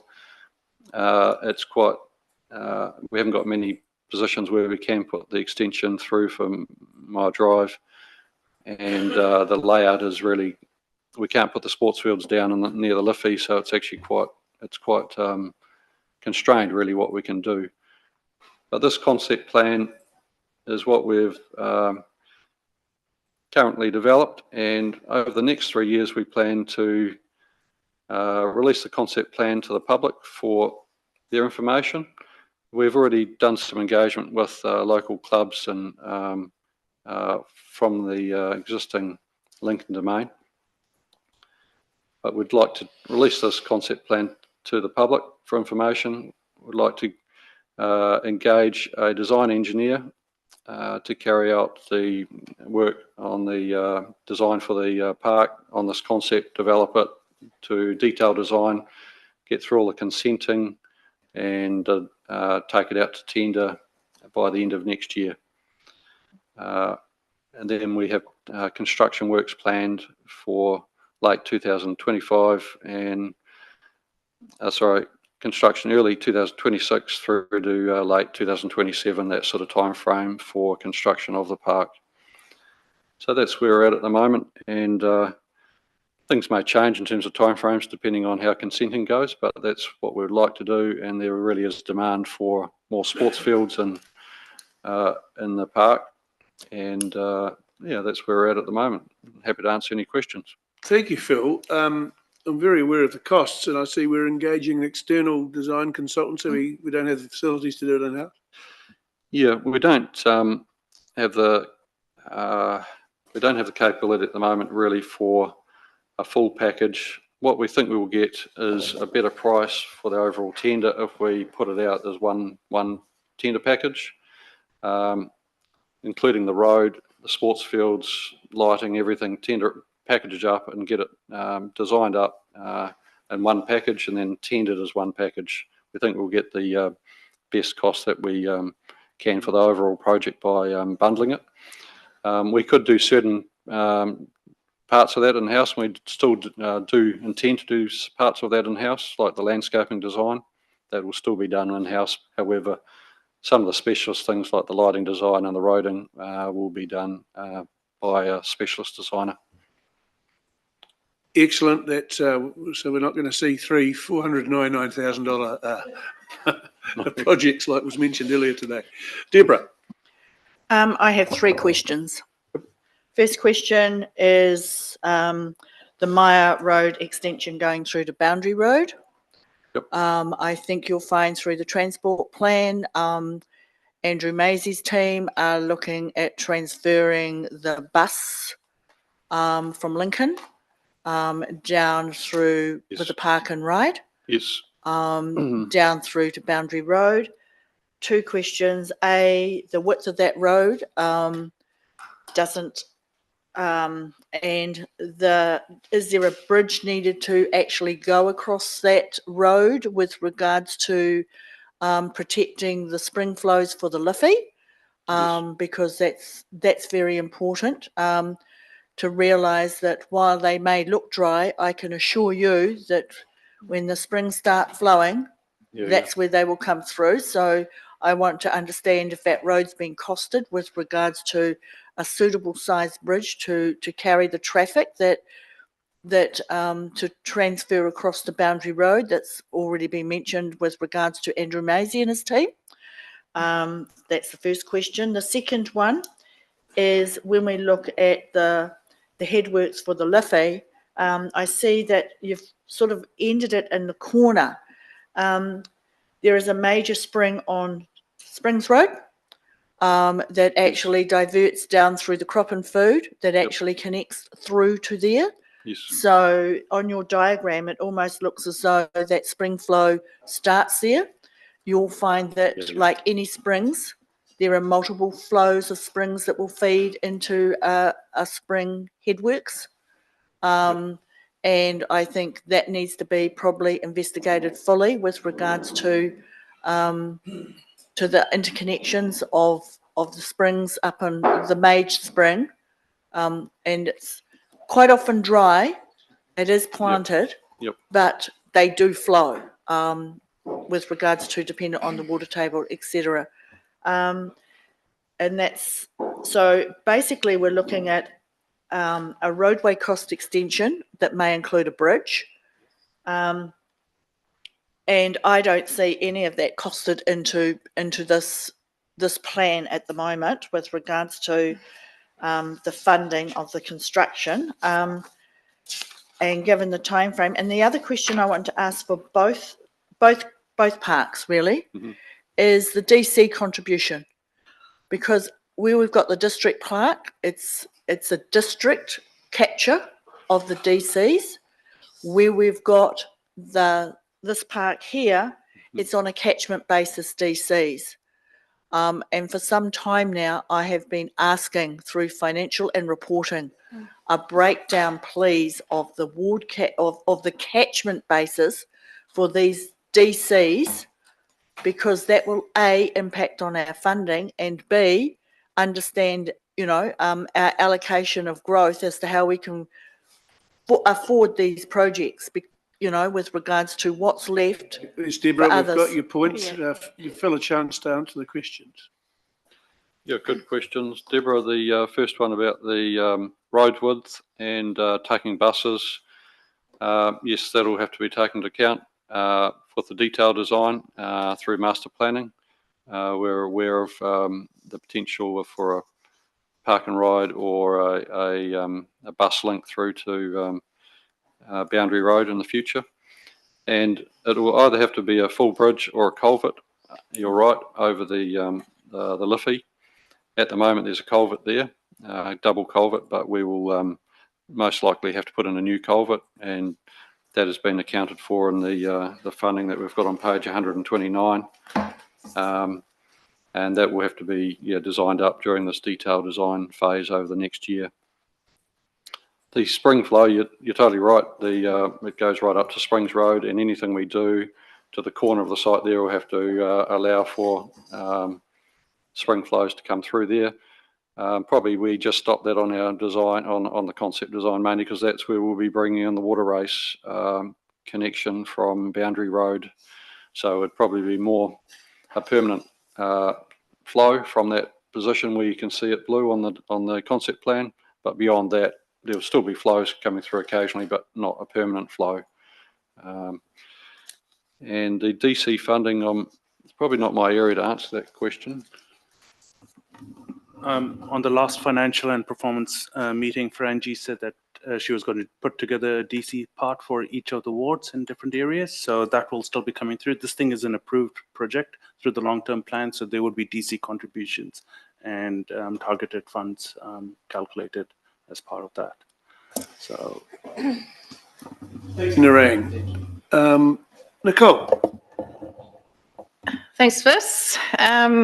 I've just got a couple of questions. Following on from Deborah, I had a similar question about the road status, and was it intending to be actually a main thoroughfare through there? It's not clear, but it definitely, the way that it is being attached to roads already there, it could be one or end up being one anyway. What is the jump park? Is the potential jump parks written there? I have no clue. That's the one you were talking to me about before. Pardon? That's what you were talking to me about before. And that's what I also wanted to ask about, because that what there is in there now and has been added to, I mean, that's on council land, isn't it? What sort of oversight have council had over what's been going in there? I watched kids on it when they had the cultural festival there just quite recently, and I was quite surprised at the setup that was there. Yeah, good questions. The first one about the main road. Yes, it is intended to be a main connecting road through, and that's Andrew Maisie has instructed us on that. And the bus link will be going through Mayor Drive in the future. Regarding the second question, I'll hand over to Gareth, who's probably the best person to answer with it, because he's been dealing with the existing site regarding the jump park. Thank you. So yeah, we've inherited the jump park from predecessors. So we're currently working with the existing riders there and also within the legal team to identify as a PCBU where our risk lies. So currently we have engaged some designers and some engineers to do some work to the existing jump park. So that's going to be taking place over the next couple of months as the weather improves a wee bit.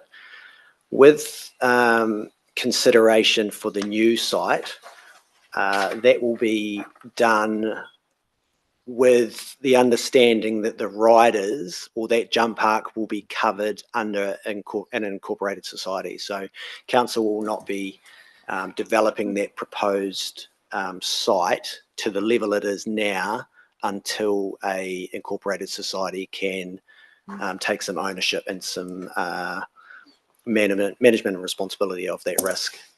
Which is risk, basically. Thanks for that, because obviously, as you picked up, underlying my questions was around legal responsibility and such like, and that's so an incorporated society can then take that on, or does it still comes back to council when you're talking about it's council land that it's still on? Like it is still the next one, That's correct. It is still on council land, but the incorporated society will take the responsibility for the activity that takes place there. So they will have rules and regulations that they have to follow to reduce that risk or limit that risk. Okay, thank you. Elizabeth. Yeah, Nicole, it's a great question, and I know where you're coming from. I've been out and had a look at that bike park, and it's quite confronting when you first see that jump. And I certainly wouldn't be throwing myself off those jumps. And I consider myself a reasonably good mountain biker. nothing like Steve, but capable. Look, just to reiterate Gareth's point, our intent is not to shut that bike park and not be the fun police, but at the same time make sure that we get it to a state where we're happy in regard to the risk, and there's a bit of work to do there. Gareth and the team are working closely with the community, and the direction that they've had is keep this park open, keep this jump park open, but make it safer.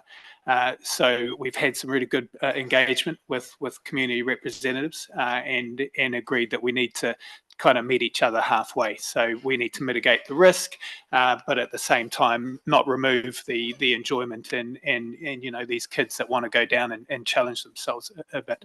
So we're kind of in the middle of that process. Gareth and the team are doing a really great job at assessing that, and are about to go through a process to kind of agree on what that part will look like in regard to making it a bit safer.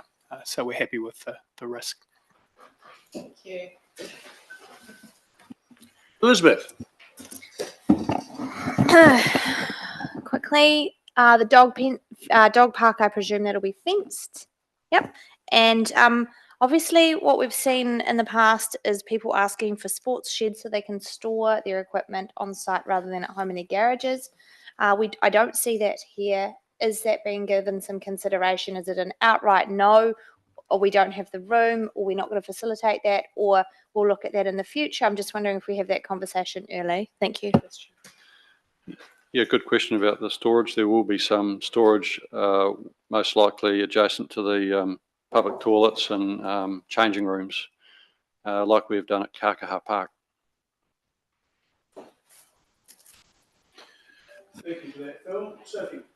Yeah, just a really quick comment from me. I see it mentions there's obviously more car parks listed on the map than there are in the description here, which says minimum of 82 standard parks and 2 accessible. Could I suggest that the proportion of accessible parks be increased, because that's really not that many for a town where, well, just generally our district, we know it's aging. We know that the level of disabilities, physical disabilities, is increasing. Kia ora. Good point. Thank you, Sophie. Grant. 2 things. Right from the start, put a parking limit on that car park, otherwise it'll become the high school car park. So day one. Just to Tim and Gareth, just a bit of backstory on that jump park. The community clearly understood that was a temporary arrangement till the road was built. So there's no obligation on the council to rebuild it. I know it's a great thing to do. The council's got a lot of kudos from allowing the local community to get in there and do something themselves. Probably, as you say, it was only designed to be a dirt jump, it's not the constructions, and they've been added on later.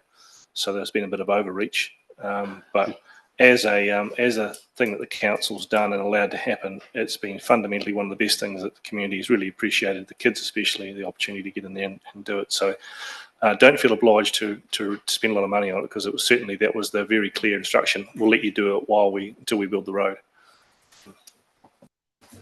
Yeah, thank you, Councillor, for that. And I certainly don't think there's an intent to spend a lot of money, but we do see it as an opportunity to work with the community and keep something going that's obviously used quite a bit.